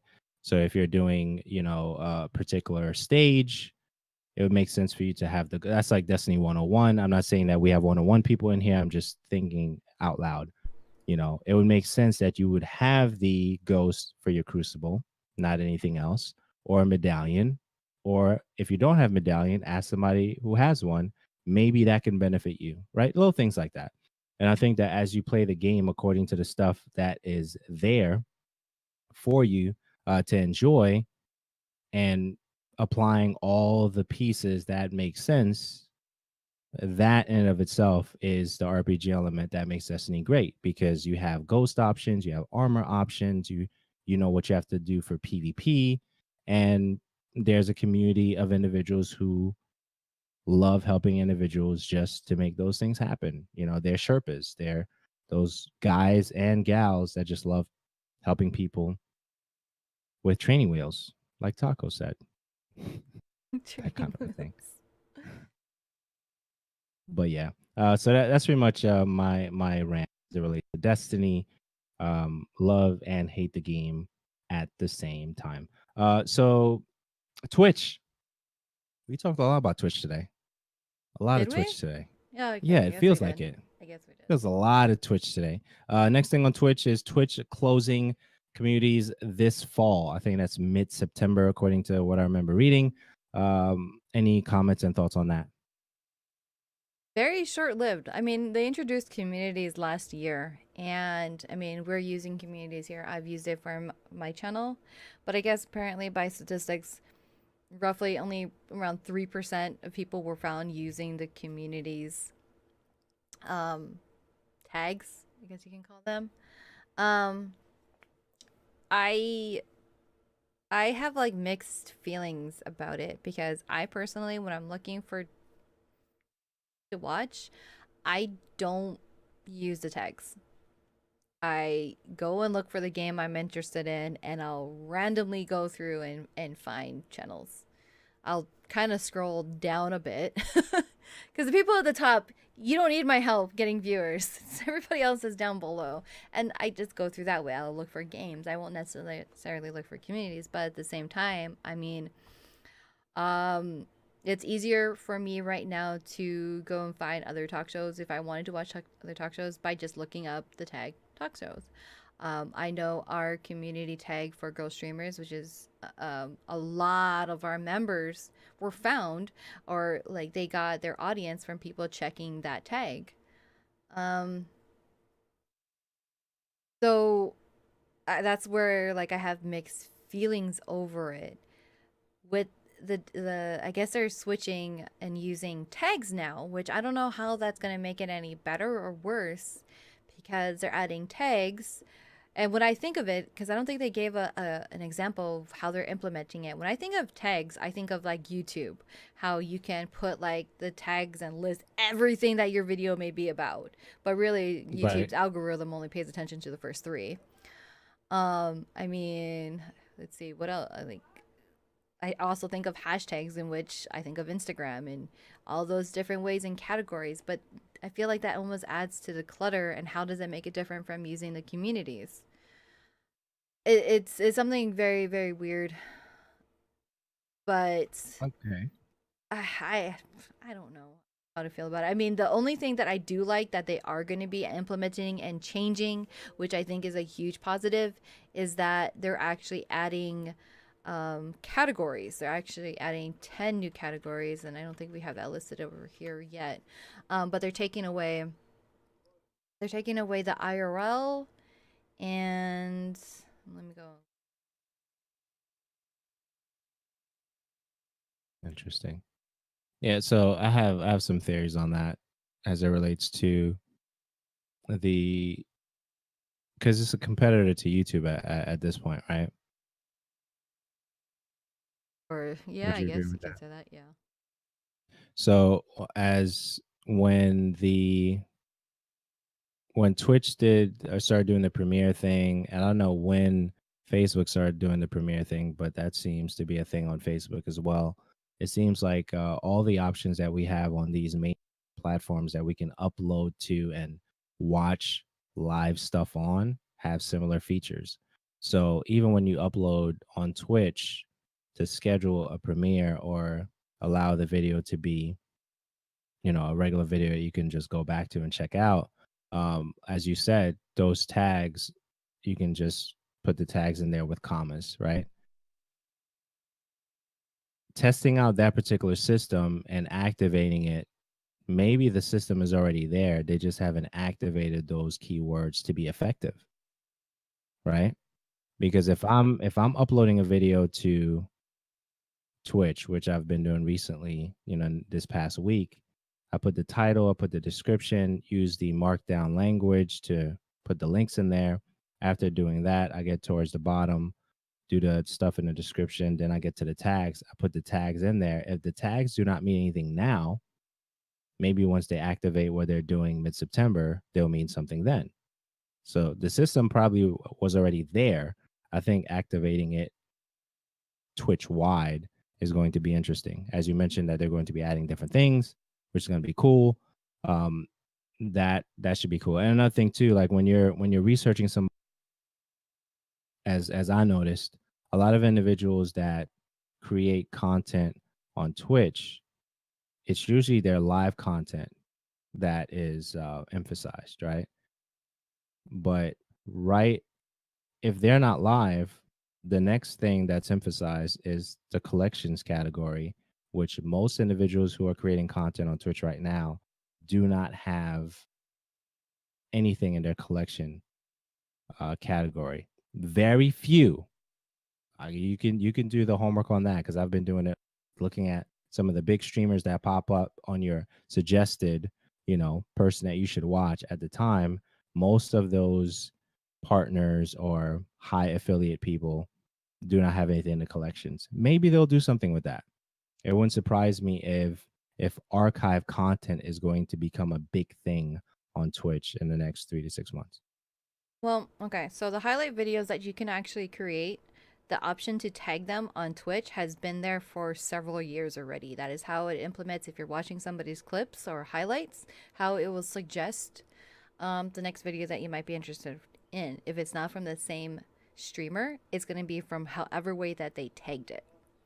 Even though Okay, you can't necessarily stake the tag yourself, that's how it comes up for your next suggested or the next video to watch. So I do know that. fair enough. Now, with all of these services, Facebook, Mixer, Twitch, YouTube implementing almost very similar features, it really is going to depend on how it is integrated to be user friendly. And then for your comment about people not really using their, um, what is the word you use? Their categories, their What collections. do you mean? Yeah, the Their collection stuff. collections. Yeah. So at Girl Streamers, I do use it. We do use our collection things because we have different features. We have the Cosmic Bulletin, we have our podcast, we have our community game nights. We put them into different collections. But majority of people, and especially I kind of want to say for I guess more popular streamers, they do also have a YouTube that they maintain, and they separate their videos based on their collections there. And most of Right. their content is being viewed there anyways, which doesn't put enough emphasis on people creating collections. Even though they started implementing, hey, you have these premieres, you can do all of these things, people aren't really looking for it because Twitch has always been primarily a live service, whereas YouTube has always been pre recorded and they're struggling with their live service features. Same thing with Facebook. They have a very interesting way of implementing it, which theirs is very, very incredibly raw and rough and they're making changes as they go along. I just don't feel Right. those changes are happening fast enough. Um, the algorithm, though, for YouTube's tags doesn't necessarily benefit for somebody who's um, using a lot of tags. Like, I don't even know what the limit is, but I know you can put a lot of tags for your YouTube videos. And, even talking to iPod King Carter, he was on and he was talking about, his dabbling with YouTube. That really, it's the first three that mean anything. So it's Right. gonna be interesting. But removing communities, I think there's a lot of communities that benefit from it greatly. But they had to be so incredibly specific.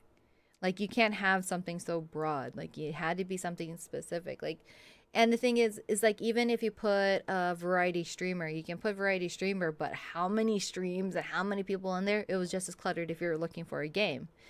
Right. Um, so them taking away taking away the communities but adding 10 more categories, I think, is a huge benefit, especially since it's going to be better classifying what people are doing. Like our IRL pretty much covered everything under the sun that wasn't gaming, and it was so cluttered with literally everything. It was crazy. So the new categories they're adding is art, hobbies and crafts, which the difference between the art and the hobbies and crafts, because I think some people would put them under the same category, is that the art covers everything from paintings, illustrations, animations, comics, photography, and anything using digital or traditional methods of techniques. Hobbies and crafts covers everything from real world objects or working on DIY projects. And this includes costumes, sewing, sculptures, or cosplay, pretty much. Legos, models, woodworks, metalwork, and more. So it's definitely more hands on, Car stuff. broad, broad crafting rather than fine Right. tuned art. You got food and drink, you have music and performing arts, beauty and body art, science and technology, which I love that. Just chatting for those who just want to just talk story. Travel and outdoors, sports and fitness, tabletop RPGs, special events, talk shows and podcasts. Yeah, for us. And then ASMR, which ASMR has been dominating the IRL category with their content. So I'm glad that they have their own place to go and do their whispering. You're getting sleepy right now. And then yeah, but there's also communities that they are struggling. They're finding alternatives in ways to make up for not having the community tags anymore. And best example for us, for me right now, is Girl Streamers. Is that we did have the Girl Streamers community tag, and like I said earlier, our girls benefited from it hugely. So none of the management team, we do have members that are partners, but none of our management team at Girl Streamers are partners with Twitch. Um, but we did have somebody who was a partner who was very gracious and created a Twitch team page for us in place of having our community tag taken away. So we're implementing that, but there's a lot of other communities that have that same problem. They don't have somebody to work with to be able to create a team page for them, so they're having to find other ways. We'll see. Word. Good stuff. Good stuff. That's what's going on with that Metal Gear Solid tribute video. What'd you think of that? it was it was cute. It was cute. It was touching. It was a lot of things. The Metal Gear movie, is that really a thing? I don't recall. Did we ever talk about I that? think we did If talk that's about really a it. thing, I'm trying to. I I'm feel like trying we to did talk remember. about it. I would love to see that. I would love to see that, and definitely more Uncharted stuff as well. So that's what's going on with that.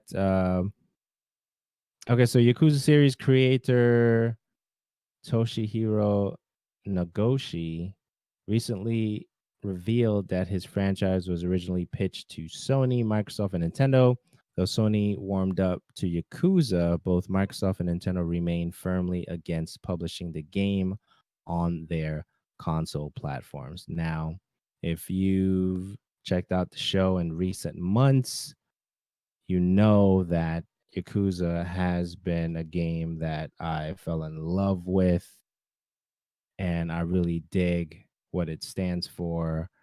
You know, the fighting stuff in there, the RPG stuff, carrying babies, all the stuff that's involved in the Yakuza stuff.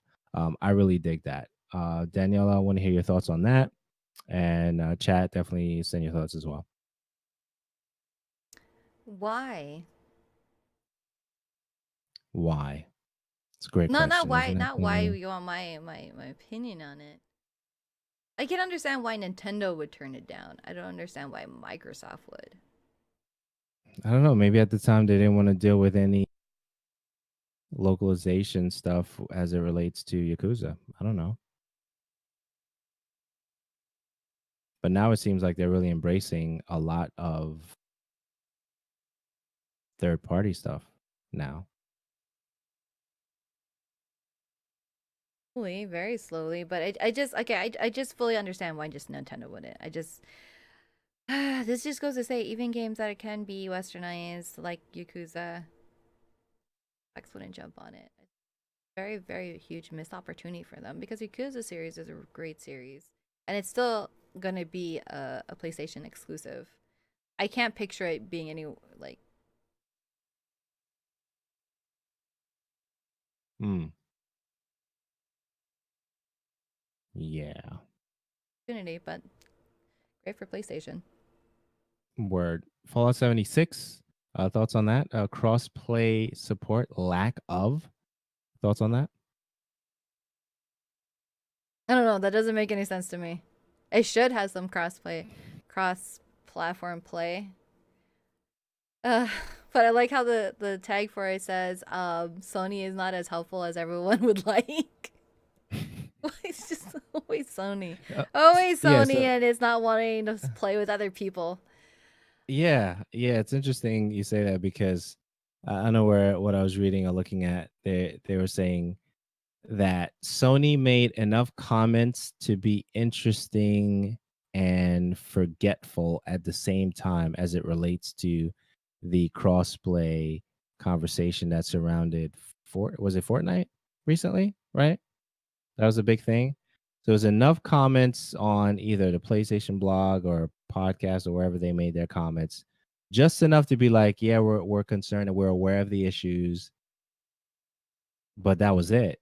And then, taking advantage of the fact that a couple of weeks later, everybody was going to forget and talk about something else. They'll forget about it soon enough. Just give them 3 to 6 weeks, maybe give or take, something like that. And then what happened? You barely hear anybody talking about that, unless it's mentioned in another game, and then the Sony conversation comes up. But outside of that, it's not really coming up anymore. Thoughts? I don't. I understand why people are frustrated by it, but at the same time, is it really really that big of a deal? Or you're one of them?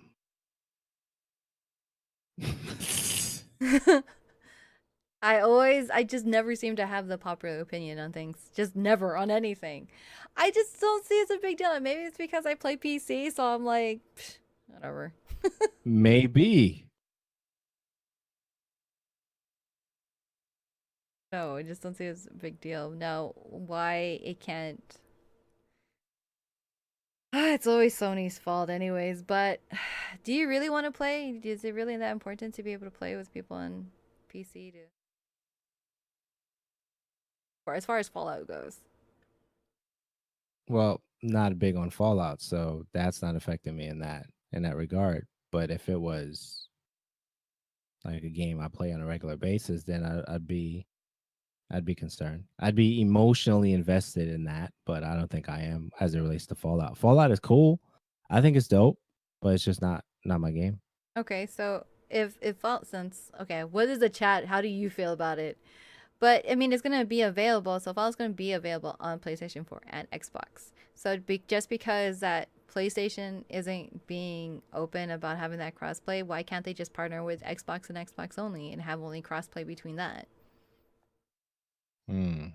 So why just completely eliminate it just because of one platform? Why not just open it to the other and use the marketing strategy as like kind of like how Microsoft and Nintendo did introducing Fortnite to the Switch. They used it as a Hmm. marketing ploy to be like, look, they play well together. Just exclude Sony from it, and you can still have it, still make fans, you know, be in favor of it on whether they're playing on Xbox or PC, Yeah, and just I make think it's kind of PlayStation hard to players meh. exclude.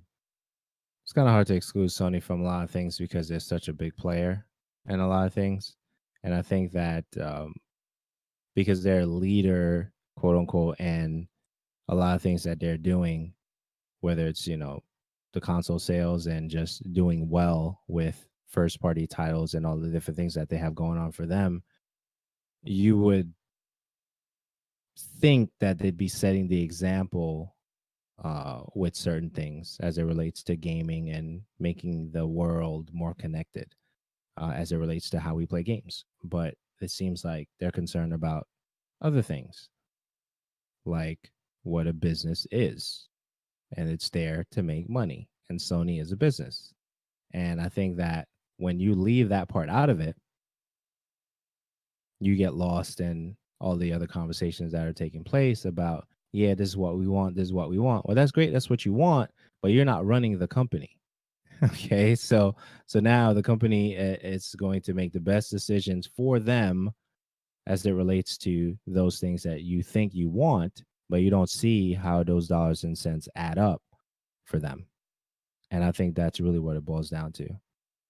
We're talking about companies where we emotionally invest on this console versus that console, et cetera, et cetera. But yet their friends, the directors are probably directors, friends across the countries, right? And territories, if you will. This publisher loves this publisher, but yet we're arguing about what publisher is the best. And they don't have those conversations. We are having them.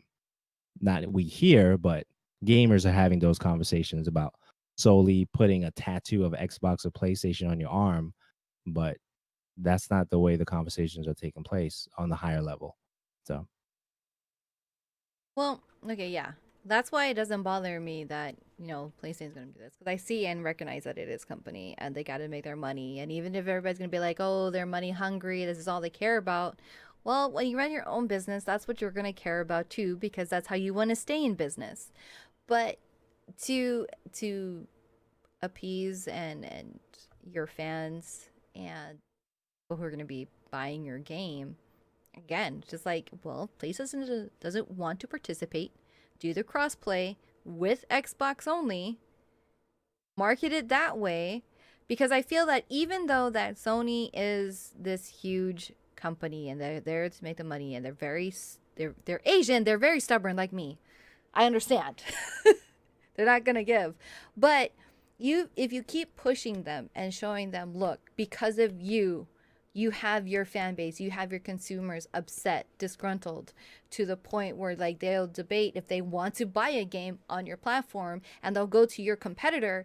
Eventually their walls have to break down and be like, fine, we'll work out another way, we'll make this possible, and they'll just have to figure out another way to make money from it and figure it out that way.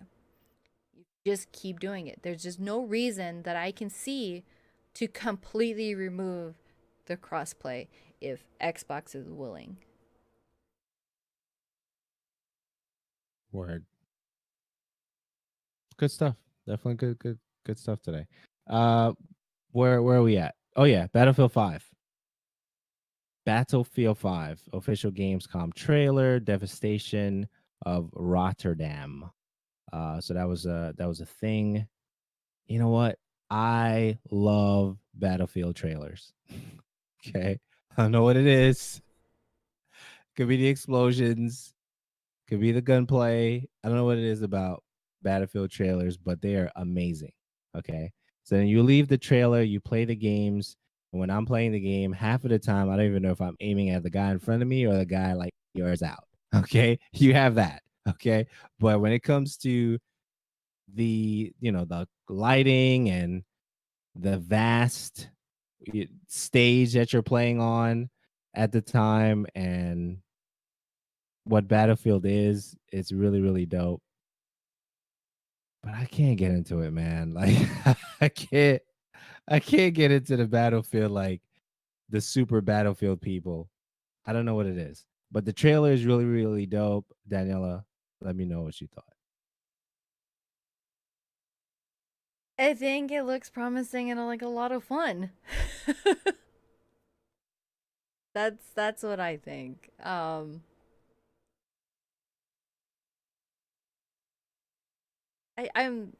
amazed that you really like Call of Duty, but you can't get into it. But at the same time, I shouldn't be surprised because Battlefield is about that long game. It's about It's long game. yeah, it is. Whereas COD is very fast paced. Destiny is very, very fast paced. And I am Can I that be patient kind of player. What is up? I'm gonna be honest. I don't know how I felt about COD yet on the initial recent, what was it, the beta, the private beta? Yeah. I think when they first came out with it, there was like this I wouldn't call it a glitch. They were doing like the jumpy thing to kill you. And then I think they kind of try to patch that in such a way where they didn't do that anymore. They down the speed or whatever it was for the private beta at the time for Call of Duty. And I'm playing it. I'm like, this is great, but I don't know anything. And I think because I don't know the mechanics of it, I know it's point and shoot. Don't get me wrong. For those in, what do you mean you don't know? I know it's point and shoot, but I think the new mechanics that they added with the health and all those different things, like I have to relearn that because I'm so into the I'm going to point this at you and shoot you with this, M16 or whatever it is in the game, contextually speaking, right? And I don't know, just something feels different about this Call of Duty, and I think that I have to really study to understand how to move in it. And I think it took a while for me to understand how to even move in Battlefield when I played Battlefield 3, maybe a little bit of Battlefield 4, and it's like, okay, I kind of get how to move in this game, but sometimes I feel like when I'm aiming at the person, I don't feel this assurance of I am really doing damage to this character, right? And I think that's how I felt about Black Ops 1. When I was shooting people in Black Ops 1, I was like, this doesn't feel one to one. But Black Ops 2, I was like, this is my game. Then Black Ops 3, I was like, this is cool. So I have those different things as it relates to certain games. But when I'm looking at this Battlefield 5, I'm like, this looks absolutely amazing. I'm like, I hope when I'm shooting things in Battlefield 5, it feels one to one where I know that because I started doing damage first, you don't magically, take me out when I knew I had the jump on you in that particular instance. So stuff like that.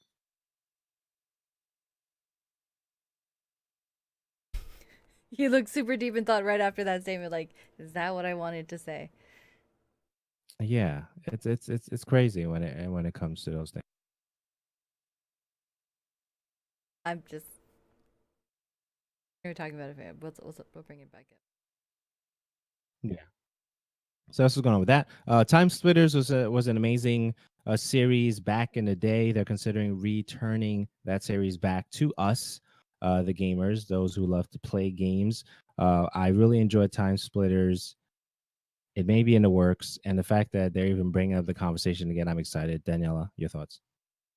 It's a series. Everybody's gonna just be disappointed in me. It's a series I actually missed out on when it originally came out, so I don't know a whole lot about Time Splitters.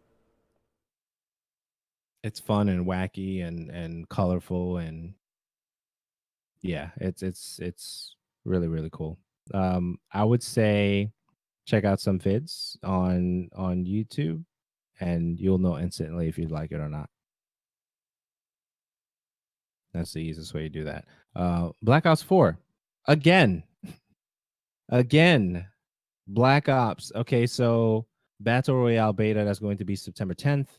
So if you're planning or excited about that, definitely look for that. That is, so you have the 4th is Forsaken, the 7th is Spider-Man, the 10th is Black Ops 4 Battle Royale beta. So that week or that sequence of days, you're not sleeping.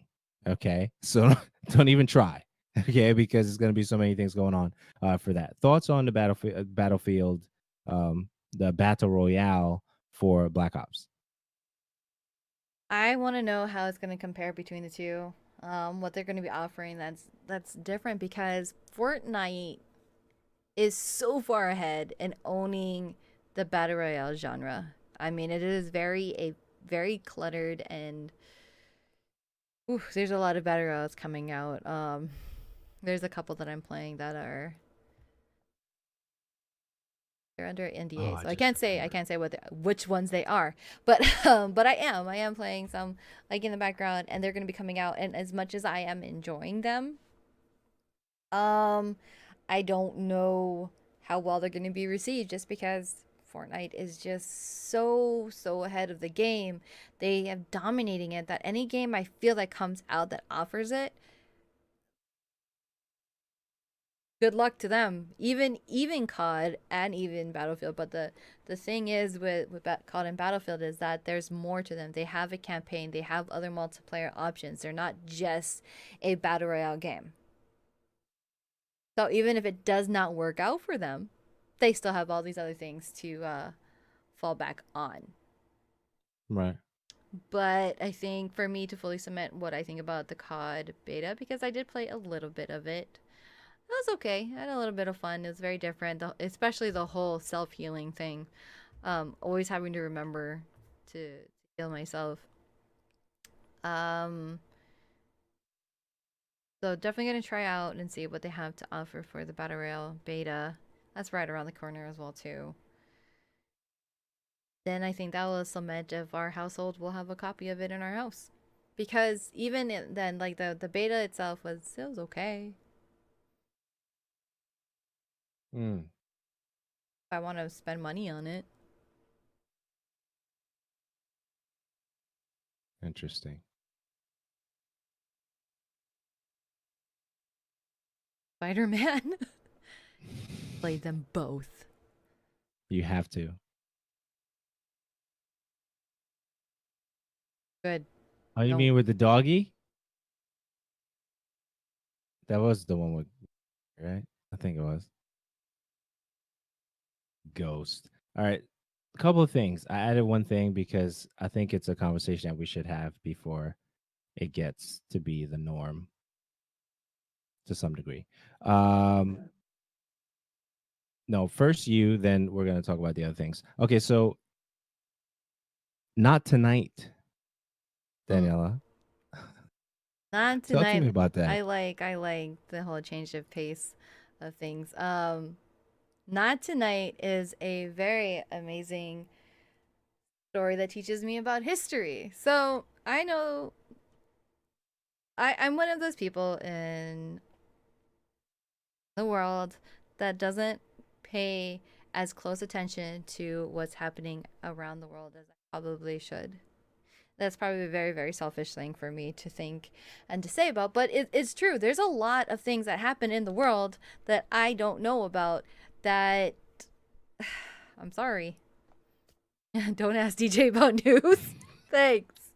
Thanks. And I know what happens in my country, but I don't know necessarily knows what's happening in other people's country, and that makes me I don't try to ever have conversations with people to say like, "Hey, I know what's going on and I have my opinion about this and that." I don't. I can openly admit if I don't know about a topic or what's happening politically elsewhere. And it's funny because I'm bringing up this game, and what does this have to do with world history? You know where countries are? No, I'm terrible with geography. I have a hard time even being in the 48 states and knowing which way is north. So, there you go.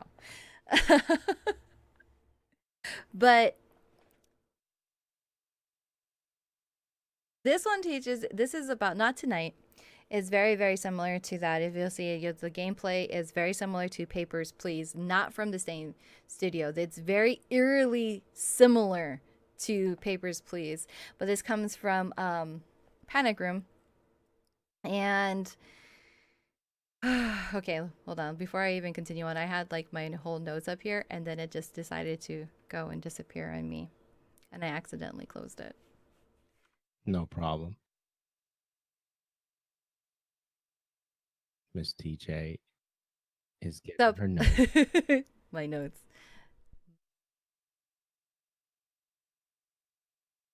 We're gonna talk about New Game Plus as well as DJ preps her not tonight Okay. impressions, reactions. Yeah. DJ, you're So, on. Not Tonight comes from developers of Panic Barn. Panic Barn. I keep feeling like I'm saying burn, but you can learn a lot of different things in history. And I thought that when they were talking about Brexit, Brexit, I'm probably pronouncing that incorrectly. I didn't know that it was actually based off a very real world thing that's happening in the UK right now. And it's kind of very eerily similar about what we're experiencing, somewhat experiencing with our current administration here in the US. However, with Brexit, I don't even know if I'm pronouncing that correctly. Somebody please tell me if I'm pronouncing that word correctly. Brexit. Pretty much is the British exit. It's a combination of those two words there. And they are looking to separate themselves uh, from the UK and having their own pre-established thing. And the game takes place of that, and it's very interesting because one of the signs in there that's like graffitied on the first level on stage that you're playing is actually, it says FUKIP.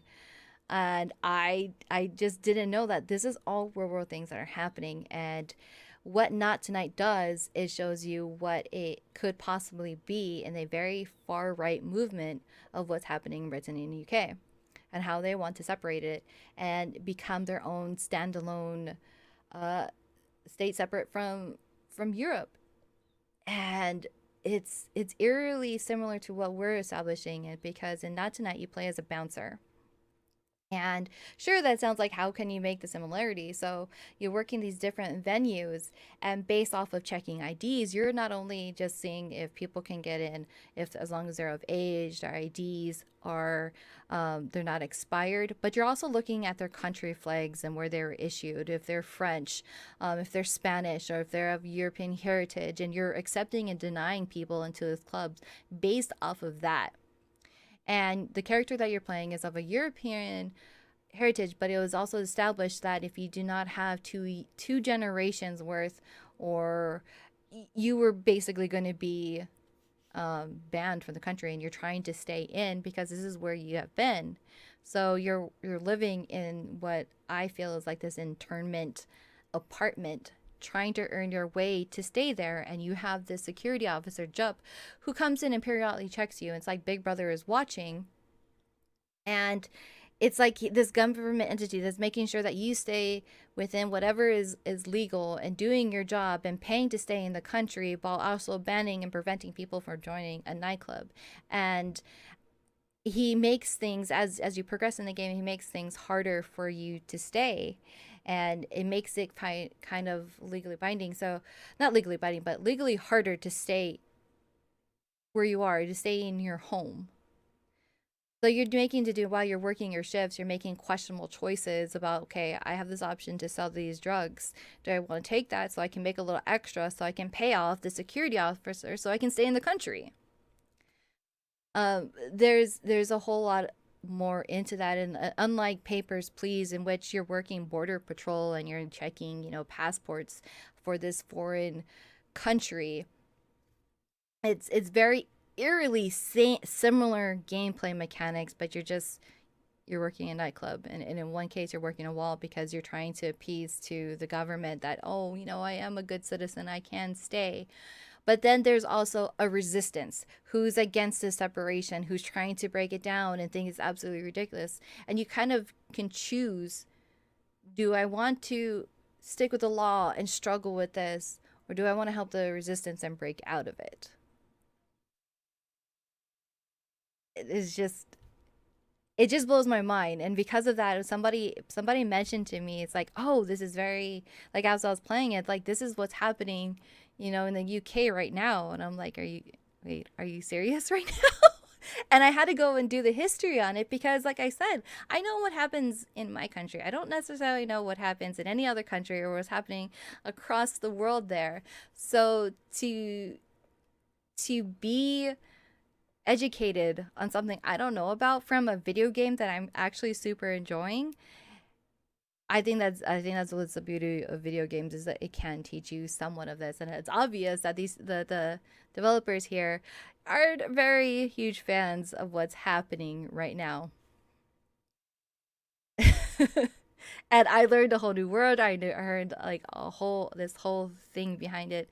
But if it's not just for the history lesson itself, and you don't even care about what's happening politically in the United Kingdom or in the European Union at all, just the gameplay itself, if you love Papers, Please, the pixelated styling, it's really really fun. You, like I said, you play a bouncer, you're checking IDs. It has a very funny storyline to it. The it's not even voice acting, the scripting that goes along with it is very very comedic in a very dark world that I think is very plausible to be happening in the real world. And you kind of grow to know each of the keepers in the venues that you're bouncing at, and they have different personalities. You can choose to help them. Um, it has it has very RPG-ish elements to it because you can build and create your bouncer in different ways and maintain them, because eventually you get to the point, once you get the hang of the game, you're going to start paying bills. So you have to make sure to manage your money correctly, make sure that you're upkeeping your apartment, you're upkeeping your health, make sure you're sleeping well, your apartment's warm, you have food, and just dressing right. And that's where it comes in. It's like either you're going to be really great at your job, or you're going to be like making questionable decisions, like are you going to be selling drugs at this reggae concert? Are you going to be selling drugs at this political meeting? Because there is that option, because it's Oh hard. man. It's hard to stay legal in a society that keeps making things worse. And even Officer Job that comes by, it's like always Big Brother's watching. If it's not Big Brother that's watching, it's the resistance watching your actors. Like, are you working with them or against them? Are they going to help you? There's so many elements to it, and I've It's been hard to having a lot of sell fun. drugs at the reggae concert. And it's there, and it has its own little mini games into it. The music as well too, even though you only get to hear the full like lyrics and everything is when the doors open to let people into it. It does have that muffled sound, so you get to hear the beat. I really wish that there was an option to get the soundtrack. I'm gonna go and ask, see if there is. And if it's Hmm. not just that, if it's not just the development and playing this game itself, like I said, I've been looking forward to playing this game for so been in their Discord for almost a year now, and their Discord server has like a mini game that was built in so that while people were waiting for this game to release, they had a mini game built into their server to pass the time. And with that mini game, like, people were super active in it. We had a lot of different options that the top players that were, sticking with it, they actually got implemented into the game itself. So you can actually buy like posters for your apartment that have, I think, the top 5 players in the Discord game included into it. There's going to be a part where some of the venues require you to have a guest list and let people in or deny them based off of this guest list. And they reached out to the Discord community like, hey, here, fill out this XML document with 10 names, and hopefully we're just trying to fill it up so that we have a different variety to add to that difficulty of the game, and hopefully you'll get in. And I think that's really cool how they're implementing the community in this way. That Kickstarter somewhat do that. If you pay for a certain tier, you get to have your own NPC. Well, this is their way of doing it without it being through Kickstarter. And they're super in tune with their community as well too on Discord. So there's so many facets and layers to this game in which I enjoyed. It's definitely a bit longer than I was expecting it to be, How honestly. long? Um, over 12 hours, maybe over 13. Okay. But it's like even that, even though it doesn't sound like it's a long game, I think for an indie title like this, for something, I believe it's on sale 10% off on Steam right now. It's only available on Steam and GOG, I believe. So it's only PC based. It's for 17.99. I think the regular price is 19. I think I gotta go double check on that one, but it's like under $20, and you get a history So lesson. What's how are that? you learning these things? Are you walking around like Zelda walking around? Are you side scrolling? Are No. you So reading the cards on the screen? the only place that you can actually walk around, it's like the side scrolling portion would be in your apartment, but you don't have a lot of options you can do there. It's basically if nobody's coming to visit you in your apartment, the only thing you can really do is either sleep for the rest of the day or go to work at night. When you Okay. are working, once you get to the club or the bar that you're working at, you can talk to the boss. He'll give you a little story. He'll give you like, hey, for tonight, you make sure you check their over age, make sure they're legal, make sure that their IDs aren't fake, and you can determine that if their ID has a stamp or if the flag that's on it is colored or uncolored. You're also checking to make sure that their pixelated fakes on their ID matches that of the person that's standing in front of you, which can be kind of hard. You're also determining for some of them, not all of the venues have this, but some of the things that you are going to have to learn to pay attention to is their country of origin, to make sure that um, you know they like. There's one, the first one that I came across is they didn't want any French people, no French people in my bar. So I'm like, attention, these are the actual legit flags of these countries. So I was learning my flags too. And then there's some bars that had uh, turned people away based on the clothes that they were wearing. Um, the other ones is like there's a VIP section, and you have to make sure that they give you the appropriate password to get in. There's a guest list, so you have to make sure not only do they meet all the criteria of being of age, having a legal card, being from the right country, but you also have to make sure that they are on the guest list. And you don't really necessarily move from your section.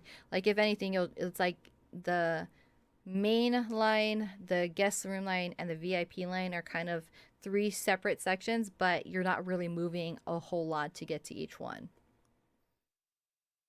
So it's pretty much approve or deny, and you're making sure that they're all, they meet all of that criteria. Right now, the hardest thing for me is the clothes. There's one venue in which they don't want people wearing beach clothes. That is so hard. Like, okay, well, you have a top. It looks like you're wearing pants, and then I'll let them in, and they're like, oh, you know, they're not wearing. They're wearing bannable clothes. Hmm. I'm like, it is so hard for me to tell in this pixels if they're wearing pants or not. Right, right, right. But you also have little mini side optional quests. The first one they come across is Milarna and Viklov. They're your neighbors in your apartment building, and the wife comes like looking for her husband, says don't let him into your bar. He's a drunk. Please send him home. And then later on, you get this message from, I think it's the Resistance, saying you should help Viklov, and it's like it has different ways that it plays out. I know that I denied him coming into my bar over and over and over, but it wasn't really doing anything. And the one time, no, wait, I was letting him into the bar and nothing happened. And then the one time I was like, you know what? I'm going to listen to your wife. You're not coming into my bar. The next day, he ended up bombing one of the bars I worked at. I'm like, really? Really? The one day I tell you you can't come in, this is what happens. This is what happens. Okay, great. Wow. But it's it's very interesting history lesson, and something is, if it wasn't for this game, I wouldn't have really known anything about the whole Brexit, or their impending withdrawal from the United Kingdom, or the withdrawal of the United Kingdom from the European Union, which apparently that happened in 2016, and I think that might go into play. I think it's October of this year, Mm. which I find that so interesting that I kind of wanted, like, I sat there looking into it a bit more and learning about it, and it's kind of like kind of similar to what I think we are experiencing here. It's not necessarily that we're looking to separate from any type of union, or themselves, or the equivalent to the an independence party, but it's kind of like how we have this xenophobia feeling based off of our current administration. I know that's a very heated topic that I don't want to touch on, because I have a feeling I've been wrong about something. Well, not necessarily Don't do wrong. it. I'm not wrong. I just haven't had the popular opinion on it. But that's a very touchy subject there that we will touch and express upon here on the show radio.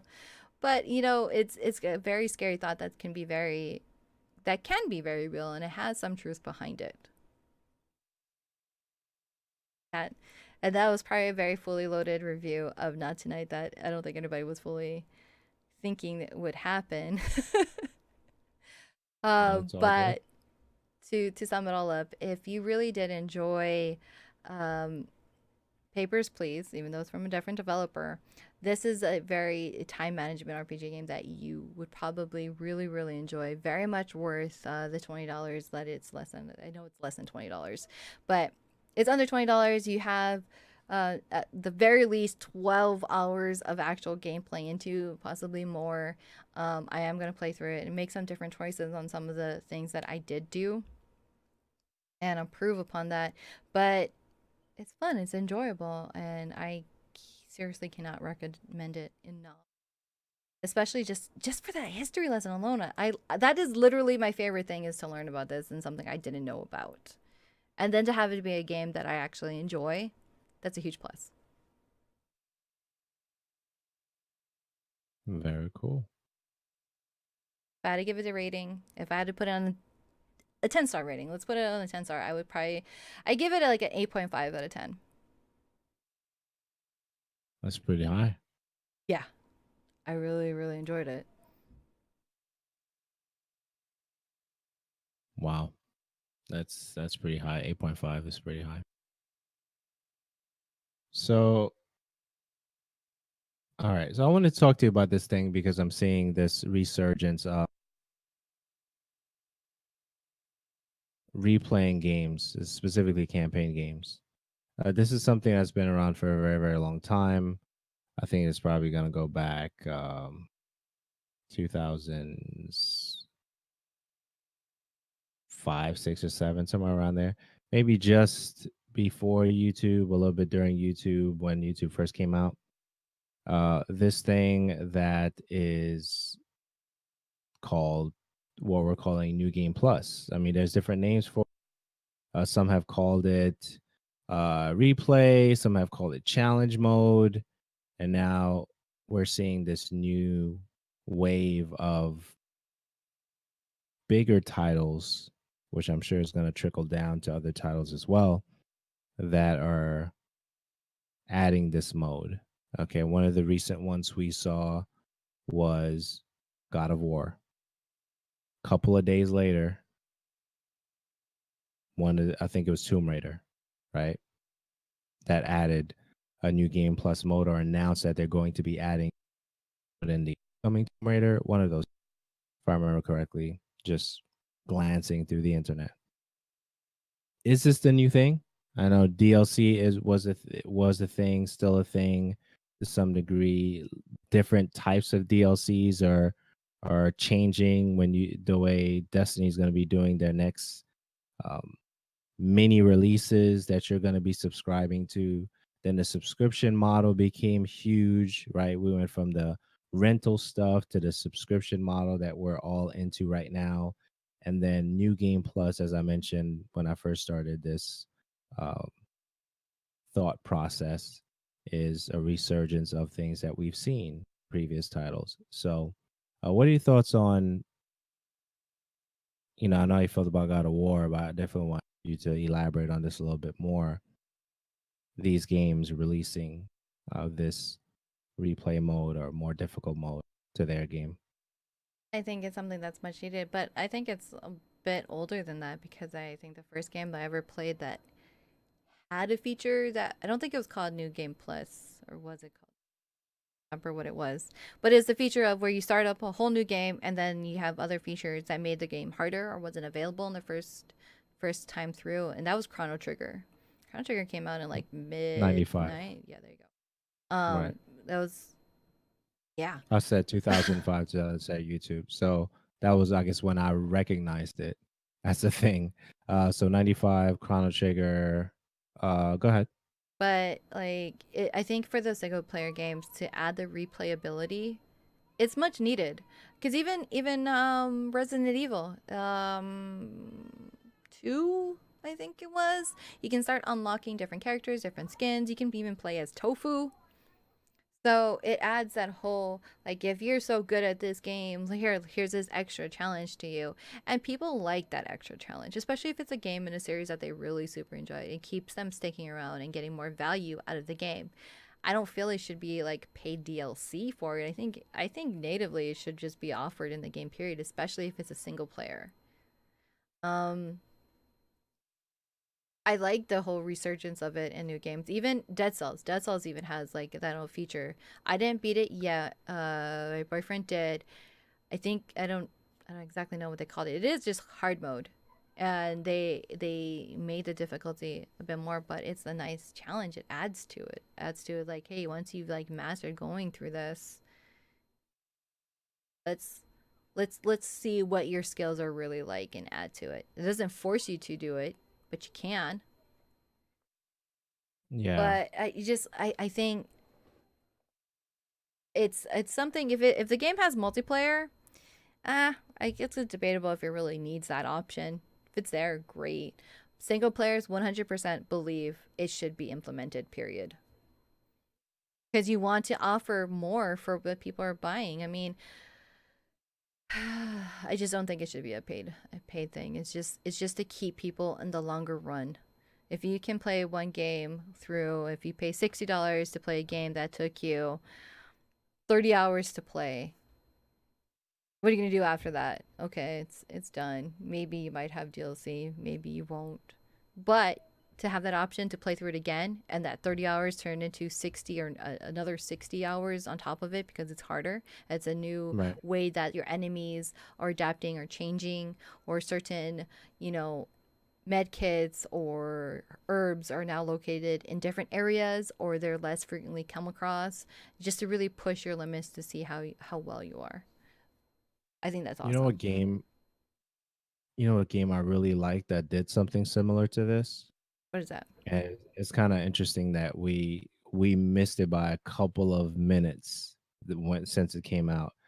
Shadow Complex was released on August 19th, 2009. And I just happened to think about Shadow Complex. I said, let me just look it up real quick. And I remember that you can go through the game and then go through it again with, you know, better abilities, and you can kind of breeze through the game a little bit better because you had the super shotgun that you can get and stuff like that. It was like a super shotgun scout mishmash of a gun that was really dope. That allows you to go through the game a little bit easier. That game was one of the most memorable games to me even today, and it was interesting. I don't think it's coincidence that we kind of like added it to the show at minutes from the day that it came out. That was pretty incredible. Well, it's still the 19th for me, so. Word. And my brother's birthday. Look at that. Look at that. This is a It's a good great day. Whispering in your ear, sweet nothings. No, no, don't do that. ASMR is weird. So, yes. Last but not least, for episode 400, and 65 of the show radio. Gamescom predictions. Do you have any thoughts? Anything that you're looking forward to coming out of that particular expo? Cyberpunk. That's it. Cyberpunk 2077. Word. I feel like there's a huge possibility that they're gonna announce more. They're gonna bring out more, something more. It was so incredibly well received and hyped. That was like probably the highlight for a lot of people at E3.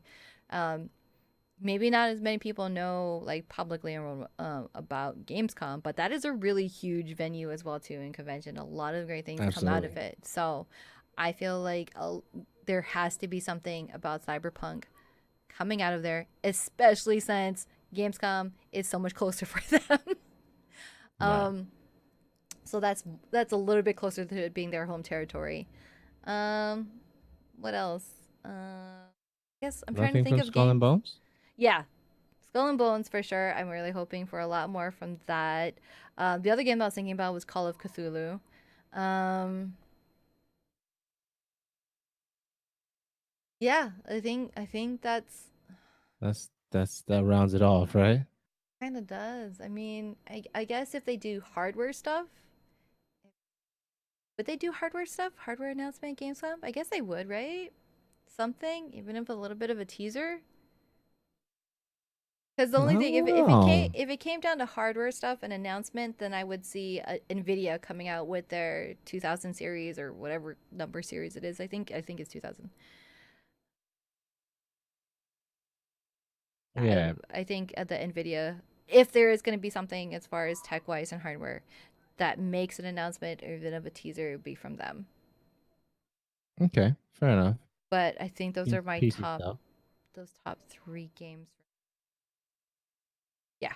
Yeah, I think the Gamescom situation is pretty cool as it relates to games as huge by way of anticipation, the Cyberpunk game. The main thing that a lot of individuals want to see is the hour or 53 minutes thing that was shown at E3 because that's pretty much their quote unquote pitch video for whichever company is going to invest into that big project. I think that's one of the reasons that where there may be a delay. So whenever a company holds that their cards that tight, that's usually what it means to me as I think about it. You know, looking at it from afar. Like if you're just gonna hold it that close to you and not let anybody see it, you know, only at certain times and certain periods and stuff. There's other business conversations that need to be had before you allow everybody to just watch it on YouTube. That's my Mm-hmm. thought on it. So I'm looking forward to seeing, you know, additional backstories and other things from this game. And I think that's really the main thing. Destiny is going to have whatever they're going to talk about, re-emphasize, re-highlight the things that they're getting ready to release on September 4th. So I'm looking forward to that. And the Shutulu thing that you mentioned, I don't know much about that. Is it a That's shooter? Is it a the platformer? Is it a detective um post Victorian clip that we saw at PC Gamer Show. okay? Got it. Got it. Yeah. They So I think they showed just a trailer, but they didn't really go deep dive. It's like here's your reveal trailer, and we'll announce some more later, and it looked really good. all right, I need to look at that one more time. But I know I saw that's for me. It's gonna be Cyberpunk and whatever they mentioned for Destiny stuff. Well, those are only my three, only because I chose something that was super popular, something that's mildly popular, and something that's not as well known. That's why I Yeah, chose those three. I feel those word. three covered the whole spectrum instead of just thinking what's it's going to be super popular and everybody's looking forward to, which is obviously going to be Cyberpunk. Skull and Bones, it has that mixed feeling of some people are going to either they are. For me, I'm super interested, so I want to see more. I want to see what else they're going to be including on it. I want to see, when can I own it? When can I have it? Right. So there's that. And Call of Yeah. Cthulhu, which And not a whole lot of people know a whole lot about. true. true. And also Nintendo stuff, man. I mean, they really got my attention, especially with all this handheld. They're releasing pretty much everything on the Switch. It seems like every other day there's a release for a Switch game or something. It's just Oh, crazy. speaking of which, okay, so I found the, before we end this because this is our last topic. I found the reason for me to own a Switch. I found the reason because I didn't know this was happening. That I think it was announced like a week ago or something ago, or I saw the video for it. The World Ends With You remix is going to be available on the Switch in October. That was like my hands down my favorite handheld game for their DS system. And I saw that, oh my goodness, now I need to own a Switch. And I don't need the list of 5 games to make it justified because that one game is enough for me. That's dope. And what is the game about? Give us a quick snapshot. Oh, I how do I explain this? So it's what I Who loved had about what baby to what? make this game? Who had what babies to make this game? Geniuses made this game. Oh, I always wanted to play that. It's oh my god. Okay. I want to do this game. So it's an action role playing game set in like this urban element. So the different stages has to do with a lot of fashion. It's very fashion forward. It's very obviously a very very Japanese game because they're huge into fashion. And oh yeah, Square Enix. I'm sorry. I'm just so super excited about it. Um I can't tell. And so, depending on where you're at and what district you're in, the clothes that you're wearing affect your abilities and your skills and your stats in these sections because you have to wear the fashionable clothes. So you have to shop in that district to affect the monsters that's populating over it. And apparently, it's like this huge game that's happening that you're part of. So you're in the world, but you're not, and you end up coming across this partner of yours that I don't know if they're going to implement it as being a actual real functional like second player with you. I have to look deeper into that. I just get excited. I just want to buy it. And you play this character called named Niku who was like regains consciousness and they don't know what's happening. They don't really have any memories, so they have like amnesia and you're just thrown into what is this game and defeating these souls that are trying to attack you and try to figure out what's happening into your world. So what made me actually fall in love um, in the game at first is that on the DS you play both the characters, and this is why I need to find out if it's going to be a physical second player with you, because you play both characters at the same time. So, and then you can also do combos in which you attack together if you time it correctly. And it use both your upper screen and your lower screen. So you're kind of paying attention to both for your attacking and watching the abilities and your health and linking these combos together. I don't know how they're going to implement that and deal with that on the Switch, but I don't care because I love the game and I want to play it. But yes, and like at first the title got me on the reel. So I'll link you to that. How incredibly excited I was for that game. Word. Is this the thing that you saw on Twitter that you were I was wondering why nobody disappointed linked? that the internet did not tell me about this sooner. Yes. That was the thing. Got it. Yes. Cuz I just randomly came across I don't know how I came across it, but nobody sent me the link and I saw it. I'm like, "Why didn't anybody tell me about this?" Why? Because anytime anybody's ever asked me for like, "Hey, what game should I go and get for my DS or my 3DS?" was it I always recommend The World Ends With You. Like that is a must-have to hand on your handheld. Must have. Word. Very cool. Very cool. That makes this episode. That's it. 465 of the show. Thanks guys for listening. Thank you guys for watching. It really means a lot to us. I definitely want to say if you want to see us online, say what's up to us, you can follow Miss DJM at Miss DJM on Twitter and Instagram. You can follow me at Uriah, URIYYA on Instagram and Twitter. And Daniela, close us out. Thanks for tuning in to the show radio. You can find the show radio on Twitter, Facebook, Instagram, and YouTube. And if you haven't yet, head over to Apple Podcasts, Spotify, Google Podcasts, or your favorite podcatchers and subscribe, rate, and review our show. For our show notes, donation options, or our podcast archives, please check the description of your podcast app or visit theshowradio.info. So thanks for tuning in and see you on the next episode. Bye.